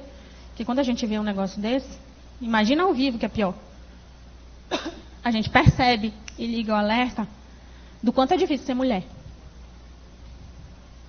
Do quanto de tipo de situação assim a gente está correndo risco de acontecer. Por isso a gente precisa dar uma resposta. E essa resposta é condenar. Não é porque tem que prender, é porque tem que responder. Eu não posso nem garantir que ele vai ficar preso tudo. Nem o mínimo para ficar no fechado. Porque depois que termina aqui, é o juiz da execução que aprecia. E às vezes, mesmo tendo cumprido 1, 2 anos, 3 anos, ele consegue algum jeito de responder em liberdade, porque tem alguma doença. É o que mais acontece no presídio. Porque realmente o local não é bom. Mas às vezes a doença é verdadeira. Mas eu garanto para os senhores que surgem tantas doenças para ficar em liberdade que os senhores não imaginam, que realmente é ruim. Às vezes é verdade, às vezes é mentira. Então, eu não posso garantir nem que ele vai ficar preso o tempo todo. Mas eu posso pedir aos senhores que os senhores reconheçam todos os fatos que tem nesse processo para que ele receba a pena devida. Como ele vai cumprir depois, não é problema nosso, infelizmente. É o juiz da execução que vai cuidar. Aqui a gente só pode dizer que foi um feminicídio, que ele não tem que ser absolvido, que a gente tem uma tentativa, porque ela não morreu porque não era hora, não foi porque ele quis, porque depois de 9 facadas não dá para dizer que ele parou, e que ele descumpriu a medida protetiva, que isso tudo foi em razão do ciúme, porque não dava certo aquela relação, não queria terminar, sabia que se terminasse ela ia denunciar, porque o alerta dela já estava sendo ligado, e a forma como ele cometeu o crime, com certeza, impossibilitou não, mas diria que diminuiu as chances dela se defender. Tanto que ela chegou a ter lesões nos braços, que são nítidas lesões de defesa. Então ela tentou, mas realmente não conseguiu. Se ela não conseguiu, imagina aqueles homens que aparecem no vídeo, se eles iam se meter para fazer alguma coisa. Não ia. Coragem daquele seu funcionário, que jogou aquela garrafa. Pode passar, só para a gente terminar. Depois vem a lesão corporal, que é aquele soco no olho lá, vocês vão lembrar da foto, teve. Ele já disse que foi ele. É a mesma pergunta do feminicídio, a gente sabe que é uma relação de marido e mulher, ex-companheiro, o que caracteriza violência doméstica e familiar. E a pergunta obrigatória que existe em todo e qualquer crime, que os senhores sempre vão ter que dizer, os senhores podem absolver, mas eu peço que os senhores não façam, porque entre poder e dever tem uma distância muito grande. E a última bateria de perguntas, não sei se vai ser essa ordem, é sobre o cárcere. Se nesses dias, entre os dias 14 e 16, ela teve a sua liberdade privada mediante cárcere, conforme o que ela falou aqui, bem claro, que ela não estava trancada, mas que ela não podia fazer o que ela queria. Então, a partir do momento que eu não posso fazer o que eu quero, no caso dela, que eu não posso sair, eu estou tendo a minha liberdade cerceada. Quem fez isso com ela foi ele confessou também. Sempre vem essa pergunta, e a pergunta em relação se essa situação do cárcere privado, da privação da liberdade dela, resultou a vítima em razão de maus tratos ou da natureza da detenção, grave sofrimento físico ou moral. Lembrem daquela mulher, lá em 2025, em setembro, prestando aquele depoimento, o quanto aquilo abalou ela. O quanto a forma, talvez precisou de tudo isso para ela perceber o que aconteceu. Ela ficou presa, não trancada, mas ela não podia fazer o que ela queria, porque ele estava atrás dela o tempo inteiro, ameaçando. E com certeza isso causou a ela um sofrimento moral que eu espero que nenhuma outra pessoa, não é só mulher, mas a gente sabe que pra gente mulher é mais difícil, passe. E a única coisa que... Pode passar. A única coisa que eu posso fazer... Não, aqui. A única coisa que eu posso fazer como promotora de justiça é confiar e pedir aos senhores que reconheçam os crimes que estão sendo imputados a eles. Não porque a pena dele tem que ser alta, mas porque foi o que ele fez. Dar menos que isso para ele não é fazer justiça. Não é fazer justiça pela dona Maiara e por tudo que aconteceu. Queria poder dizer que ele ia cumprir toda a pena preso. Aí sim, talvez fosse uma justiça justa, digamos, né? Porque nos Estados Unidos, se tu é condenado a 27 dias de prisão, tu fica os 27 dias preso. Aqui no Brasil não funciona assim. Precisa ter a pena a partir de um patamar para tu começar a pensar na cadeia. Porque se for abaixo, tu ainda responde solto. Então eu peço aos senhores que façam justiça pela Maiara e por todas as mulheres de Santarém que hoje esperam essa resposta. Obrigada. A doutora Mariana, 12 horas e 23 minutos. Eu vou suspender a sessão para o almoço. Retornaremos aqui a 1 hora com a fala da defesa. Nesse intervalo, os jurados deverão ter a incomunicabilidade preservada e o plenário deverá ser esvaziado. Se você acompanha julgamentos e quer ver mais conteúdos como este, considere se inscrever no canal.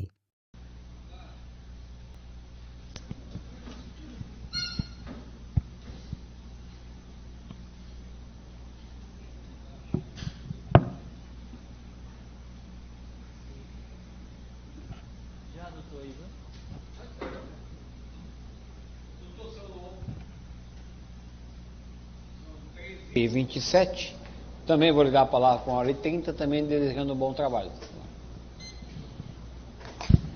Gostaria de iniciar saudando a todos, boa tarde, meu nome é Samuel, sou defensor público. Iniciar saudando o doutor Gabriel, grande honra, né, que seja bem-vindo de volta aí das suas férias, fez falta. Saudações à defensoria, saudações aos policiais penais, em nome aqui da defensoria, em nome do Rodrigo. Os acadêmicos de direito, aqui eu saúdo aqui o Christian, seu nome outros acadêmicos. Ao réu, certo? Saiba que eu darei o meu melhor. Hoje você é réu, confesso, sabe o que você fez, está aqui para responder pelos seus atos. Irei mostrar a visão da defesa sobre os fatos. A vítima também. Hoje será feita a justiça. Você está esperando já desde junho, né, este julgamento, certo? Farei aqui também as minhas contribuições ao caso. Ao Ministério Público, doutora Mariana, hoje a gente estaremos acordando praticamente em quase tudo dos fatos, certo? Há uma pequena divergência. Saudações à Defensoria. Hoje a doutora Mariana falou muito bem, é um caso realmente grave, conforme vocês já viram. Aos policiais militares, o nosso amigo Ribeiro, que já vai nos abandonar, né? Vai para Belém aí, para outras missões. Sem a polícia, né, nenhum crime ia chegar a nenhuma solução. A gente sempre depende dos policiais para fazer nossa segurança. E a Vossas Excelências, né, já conheço aqui o rosto de alguns, né, acho que a dona Laísa já fez uns 3 comigo. Acho que o senhor também, né, seu Renato já fez algum outro júri comigo. Saúdo vocês hoje. Hoje vocês terão uma missão difícil, né, mais uma vez, de julgar um semelhante. Hoje a gente está diante de um réu confesso. Antes de adentrar os fatos, vou falar brevemente, certo, sobre a Defensoria Pública, né? Pode passar o slide, por favor. Tribunal do Júri, eu não vou falar sobre Tribunal do Júri, pois acredito que todos aqui já participaram de tribunais do júri, né? Não é o primeiro julgamento de vocês. Já estão aqui nessa missão já há mais de um mês, eu acredito. Então, vou pular essa parte, por vocês já terem uma certa experiência, tá? Pode prosseguir. Sou defensor público, não sou advogado. O que significa isso? Vocês podem observar que para que a gente chegue a qualquer fim, certo, de qualquer processo penal, é necessário uma defesa. Todo mundo, qualquer um de nós, qualquer parente nosso, qualquer pessoa da sociedade precisa de um defensor quando for acusado de um processo penal.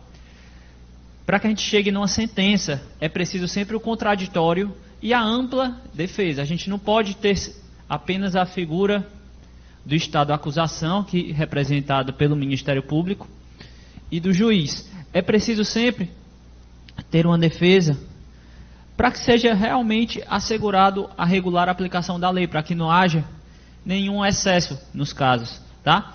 E qualquer réu tem direito a contratar um defensor de sua escolha, de contratar um advogado o qual confie, de escolher o seu patrono nas causas em qual você esteja sendo acusado. Mas, em algumas vezes as pessoas não têm condições de contratar advogado. E quando as pessoas não têm condições de contratar advogado, o Estado fornece um defensor público, tá? Para que a gente consiga chegar ao final daquele processo, para que a gente consiga chegar naquela sentença de uma maneira justa. Nunca a gente pode chegar a um final de um processo sem ter a defesa atuando. Então, o acusado Avison não tem condições de contratar advogado, nunca contratou um advogado. Sempre foi assistido pela Defensoria Pública. E hoje a gente está aqui, certo, em favor do Avison, fazendo a sua defesa, certo, assegurando ele os direitos dele, mostrando, dando a visão da defesa aos fatos aqui no dia de hoje, tá? O acusado, ele efetivamente confessou o crime, tá? E ele está aqui para responder por aquilo que fez. Uma pequena divergência da acusação. Tanto é que hoje eu não vou falar tanto porque não há tanta controvérsia nos fatos. A Defensoria Pública ela existe não apenas para atuar em processos criminais, mas também atua nas searas cíveis, como por exemplo processos de divórcio, pensão alimentícia, registro civil, processos do consumidor. Quando as partes não têm condições de contratar advogado, é só procurar a Defensoria Pública e terá seu direito garantido pela instituição Defensoria. Tem diversos defensores. Vocês sempre me encontram aqui, pois eu sou o defensor que atua na seara criminal, especificamente nessa área aqui do júri, dos crimes contra a vida, tá? Por isso que vocês normalmente me encontram aqui em plenário e vão me ver bastante agora no mês de junho, que terá júri todos os dias. A maioria, como vocês vão ver, serão da Defensoria. Pode prosseguir. Tá? Pode prosseguir. Então, quais são as teses defensivas do dia de hoje? O réu, ele é réu confesso, né? Então ele confessou. Não tem tanta tese defensiva assim. A única divergência que há entre acusação e defesa é quanto à qualificadora da causa de aumento de pena, não é qualificadora na realidade, é uma causa de aumento de pena da quebra de medida protetiva, certo? Pode prosseguir. Eu já trago aqui a atenuante da confissão antes da gente falar dessa qualificadora, para vocês entenderem, certo, o que é esta atenuante. o réu ele confessou o fato. O que significa isso? Quando a pessoa confessa um crime para um juiz, no processo normal, né, muitas vezes a gente não sabe quem é o autor. Então, quando as pessoas confessam, os réus espontaneamente digam, olha, eu fiz isso, eu quero responder pelo que eu fiz. A legislação dá uma atenuação de pena ao réu, certo? É um atenuante de pena quando a pessoa confessa o crime, que ele poderia chegar aqui, não fui eu, então eu agi em legítima defesa, então eu agi, como a doutora Mariana falou, em defesa da minha honra, o réu poderia falar isso. Mas o réu espontaneamente diz, eu fiz isso, eu errei, eu me arrependo e tal. Quando o réu ele confessa espontaneamente ao julgador, em qualquer processo criminal, ele faz uso já um atenuante de pena, que é algo que vai diminuir a pena dele, tá?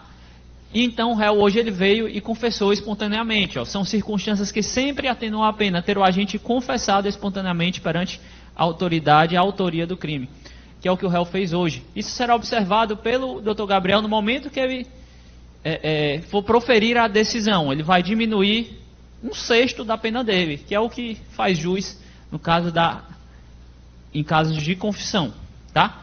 Então o réu hoje, ele confessou, ele tinha, em outro depoimento dele, ele tinha negado algum desses crimes aí, mas hoje ele chegou aqui e confessou tudo, tá? E veio aqui querendo responder pelos seus atos. Pode prosseguir. Mas o que é que o réu está sendo acusado? Primeiro, pelo delito de cárcere privado, pois de acordo com aquela história, né? Ele teria mantido a dona Maiara lá em cárcere privado, não deixando ela sair lá daquela residência, parece que era a residência do tal do Jarlisson, né? O que é que a gente pode olhar desse fato? Só recapitulando tudo que já foi posto aqui para vocês. Vejam que era um relacionamento conturbado, havia sim uma história de violência doméstica. A postura aqui do Avison não é uma postura que deve ser observada por nenhum homem. Ele tinha uma postura realmente agressiva. Isso deve ser penalizado. Isso vai ser... Vocês devem condenar ele por conta disso, tá? Mas o que é que a gente tem que observar neste crime? Eles tiveram um relacionamento juntos, eles tiveram um filho juntos. Houve realmente essa medida protetiva que a dona Maiara pediu em junho de 2025. Em abril de 2025. Entre abril de 2025 a junho, eles, mesmo depois dela ter solicitado essa medida protetiva, eles continuaram a se ver, como ela falou, continuaram a ficar, continuaram a ter um relacionamento, mesmo com aquela medida protetiva em vigor, né? Conforme foi falado pela Mariana, a gente nunca pode culpá-la. Provavelmente isso deve ter ocorrido porque eles tinham um vínculo de um filho. Eles tinham, querendo ou não, algum carinho entre os outros, mesmo diante dessa violência que havia entre eles. Não era um relacionamento saudável, não é algo que deve ser aplaudido nunca, mas havia, querendo ou não, da maneira deles, havia esse relacionamento e havia essa vinculação entre os dois que faziam com que eles se encontrassem frequentemente. Havia, mesmo com a medida protetiva que estava em vigor desde abril, havia convites por parte dela para ver ele e ele também ia ao encontro dela. Havia então um consentimento da presença dele em alguns momentos, certo? Mas quanto ao delito de cárcere privado, ela deixou claro aqui que naquele momento ele privou ela de sair daquela casa. Então a defesa acolhe que a acusação está falando, houve sim um cárcere privado ali, pois nenhum homem pode privar nenhuma mulher de sair de um recinto. Isso é crime, a gente não pode fazer isso e a nossa legislação prevê, né? E teve sim a questão dos maus tratos físico e moral, que ela ficou com os traumas dela, tá? Pode prosseguir. E no meio desse cárcere, ele também admitiu, houve aquela questão daquele soco que deixou uma marca no rosto dela dentro dessa residência. Vejam que foram dois momentos, né? Esse primeiro momento ocorreu entre o dia 14 ao dia 16 de junho. Foi o momento em que teria havido esse cárcere privado, certo? Então, quanto a isso, a gente acolhe o que o Ministério Público está dizendo. E a partir de agora que a gente vai começar uma pequena divergência que há contra a acusação. Pode prosseguir. Outro crime que é tipificado ao acusado é o crime de feminicídio, certo? Diferente do crime de homicídio, o crime de feminicídio é previsto no artigo 121A e tem a redação: matar mulher por razões e condições do sexo feminino. Como vocês podem ver, é uma pena alta, pena que vai de 20 a 40 anos. E o que é condições e razão do sexo feminino? É quando há essa violência doméstica e familiar na relação. Havia entre eles relação de violência doméstica e familiar? Sim, tanto é que eles já tinham filho, tinham um relacionamento já até duradouro. Então havia sim essa relação de violência em condições do sexo feminino, violência doméstica e familiar, menosprezo ou discriminação na condição de mulher. Se encaixa perfeitamente no tipo penal. Tá? E qual é então a divergência? A partir daí que a gente vai pegar a divergência entre acusação e defesa. Há algumas causas de aumento de pena, certo? A este crime. E a primeira causa de aumento de pena que é colocada pelo Ministério Público é em descumprimento das medidas protetivas de urgência previstas no inciso 1, 2 e 3, lá do artigo 22 da Lei Maria da Penha. É a partir daí que há a controvérsia entre acusação e defesa. Por quê? Tinha medidas protetivas desde abril, certo? As medidas protetivas estavam em vigor. Mas, mesmo com as medidas protetivas em vigor, eles estavam se vendo por quê? Porque após o episódio que ocorreu em abril, em que fez com que a dona Maiara pedisse as medidas protetivas, eles continuaram a ter um relacionamento. Eles continuaram se encontrando pelas duas partes, tanto por parte dela, que chamava ele para se encontrar com ela, quanto ele que procurava ela. Então, eles tinham um relacionamento de abril em diante, certo? As medidas não foram revogadas porque ela não chegou a ir lá na Defensoria ou ao Poder Judiciário ou ao Ministério Público pedir: olha, retira as medidas protetivas. Mas, mesmo ela não pedindo, ela o procurava. E ele procurava ela. Se ela o procurava e ele procurava ela, e havia uma permissividade neste encontro, na visão do Alisson, estou sendo uma defesa extremamente técnica e mostrando o que o direito entende neste tipo de situação. Se havia uma procura da vítima ao Alisson, não pode agora, no momento do julgamento, dizer: houve a quebra de medida protetiva, que a medida protetiva é o homem não poder procurar a mulher, mas a mulher também procurava o homem.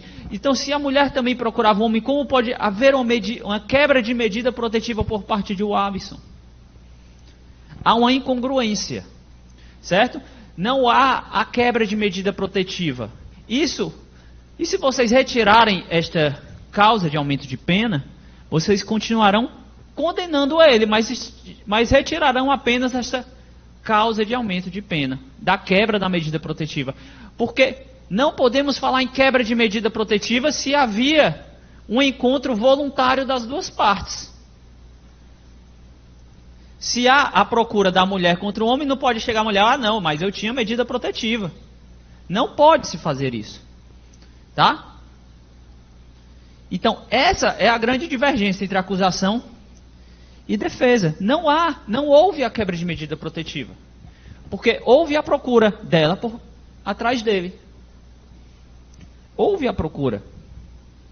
Certo? Então, essa causa de aumento de pena deve ser afastada. Não tem como a gente penalizar o Alisson pela quebra de medida protetiva. Porque havia um encontro voluntário, e não foi apenas um encontro, foram vários encontros entre abril e junho. Ocorre que em junho ocorreu esse ato mais grave.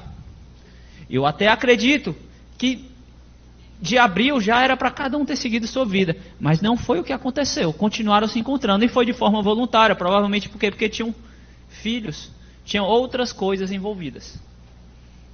Tá? Pode prosseguir. Esse crime de hoje é um crime tentado, pois ela está viva, certo?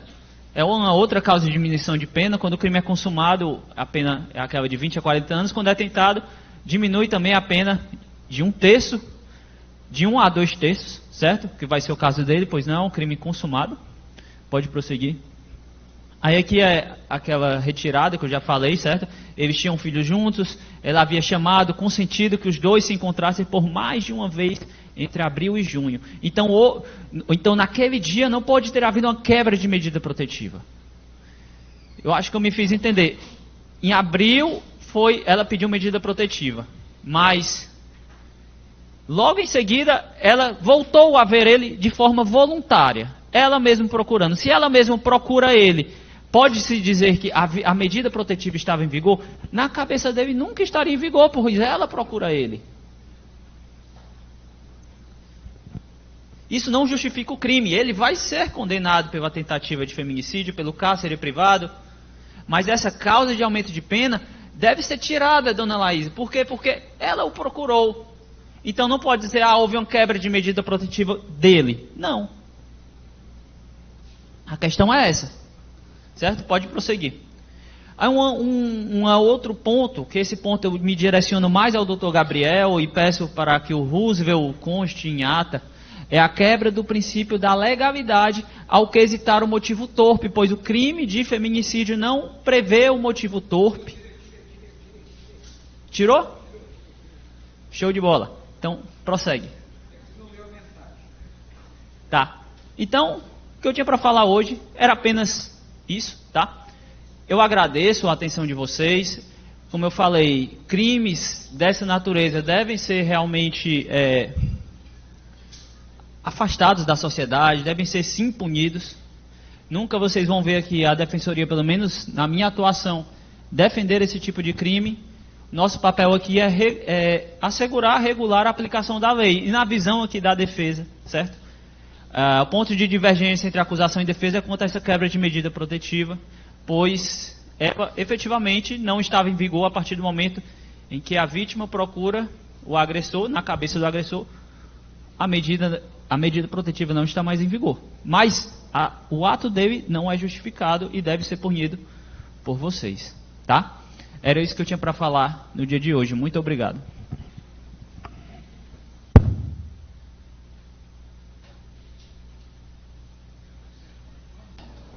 Só tem que corrigir que eu mandei aí, tem uns defeitinhos aí. Alguém quer ir ao banheiro, senhores jurados? Porque não está em Ismael ainda. Quem quiser ir ao banheiro, só aproveitar, porque tá errado alguns nomes, tá, Rosa, para quem corrigir. Agora que eu vi.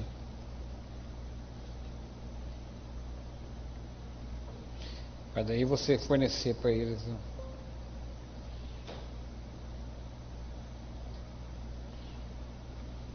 Tem que tirar a desclassificação.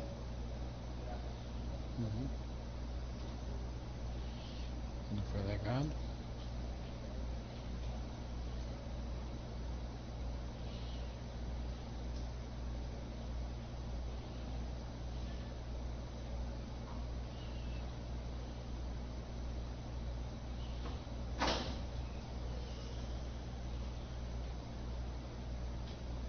Se você acompanha julgamentos e quer ver mais conteúdos como este, considere se inscrever no canal.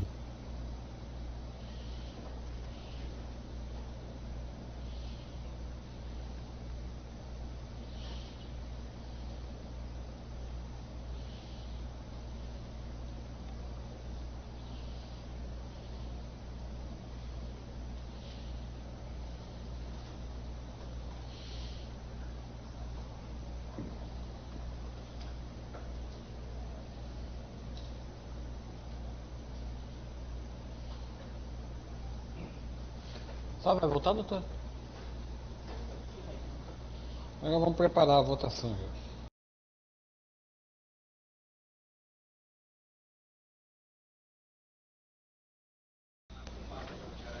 Bom, uma vez proferida a decisão pelo Conselho, vou fazer a leitura da decisão e da sentença penal condenatória. O Ministério Público do Estado do Pará ajuizou a presente ação penal em favor de Walisson Souza de Oliveira, devidamente qualificado nos autos, alegando que este, no dia 16/6/2025, teria tentado matar a vítima Maiara Oliveira Mafra, o que não teria sido alcançado, imputando então ao réu a prática do delito de tentativa de feminicídio. Além disso, ele também foi denunciado Pela prática, no período de 14 a 16/5, dos delitos de lesão corporal no âmbito de violência doméstica e cárcere privado majorado. No presente caso, após analisar tudo que foi debatido em plenário, o respeitável Conselho de Sentença dessa comarca, o Genido, proferiu decisão determinando a condenação de Alisson Souza de Oliveira por tentativa de feminicídio, lesão corporal no âmbito da violência doméstica, sequestro ou cárcere privado majorado, todos tendo como vítima Maiara Oliveira Mafra. Neste momento passa a fixar a pena e, como já falei para o Dr. Samuel e já falei para a doutora Mariana, vou ler apenas de forma resumida porque eles já têm acesso ao processo através do PJE, e para a tentativa de feminicídio a pena fixa fixada em 38 anos, 10 meses e 20 dias de reclusão. Para as lesões corporais no âmbito de violência doméstica, a pena fica fixada em 3 anos e 4 meses de reclusão. Para o cárcere privado, também resta configurada e aplicada a pena de 3 anos e 4 meses de reclusão.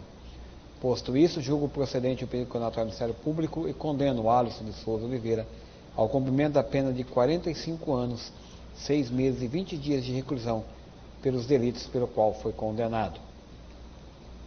Sem substituição de pena, regime fechado, diante de não ter sido alcançado o tempo mínimo de 50% para cumprimento da pena para modificação do regime, ele continua no fechado. Indefiro, com base na decisão do Supremo Tribunal Federal no RE 12.353/40, com repercussão geral, o direito do réu a recorrer à liberdade, mantendo a sua prisão, determina a expedição da guia de execução provisória de sentença e certificado do trânsito julgado, lança o nome do réu no rol dos culpados e peça-se todas as documentações necessárias. Fixa a indenização mínima em favor da vítima em R$20 mil e condena o réu ao pagamento das custas do processo, mas considerando pedir concessão dos benefícios da justiça gratuita, isento deste pagamento. Dou a presente por publicada na presente sessão de julgamento e todos aqui devidamente intimados. Venho agradecer aos senhores jurados. Hoje, como é quinta-feira e estão todos cansados, não vou enrolar muito. Mas hoje eu ganho 3 defensores ou 3 defensoras, porque vocês viram como é difícil julgar alguém. Quando for falar mal de mim, me defendam, porque ninguém, principalmente nas redes sociais, julgar os outros é muito fácil. Agradeço a doutora Mariana, agradeço ao doutor Samuel, aos policiais penais, aos policiais militares, ao nosso apoio aqui na Silvana e no Rafael, ao Roosevelt, a dona Maiara que está presente. A senhora viu que foi feito a justiça no julgamento. Talvez não fosse aquilo nem que a senhora desejasse, mas é aquilo que a lei manda. Ao seu Walisson, analise o seu Walisson, e tudo isso é fruto das suas condutas. E hoje no Brasil, o crime de feminicídio merece e tem uma repressão muito grande. Espero que o senhor reveja suas atitudes a partir de agora. E agradecendo a proteção de Deus, dou por encerrada a apresentação de julgamento. Quem quiser carona é só falar com o Ribeiro que ele vai levar todo mundo em casa.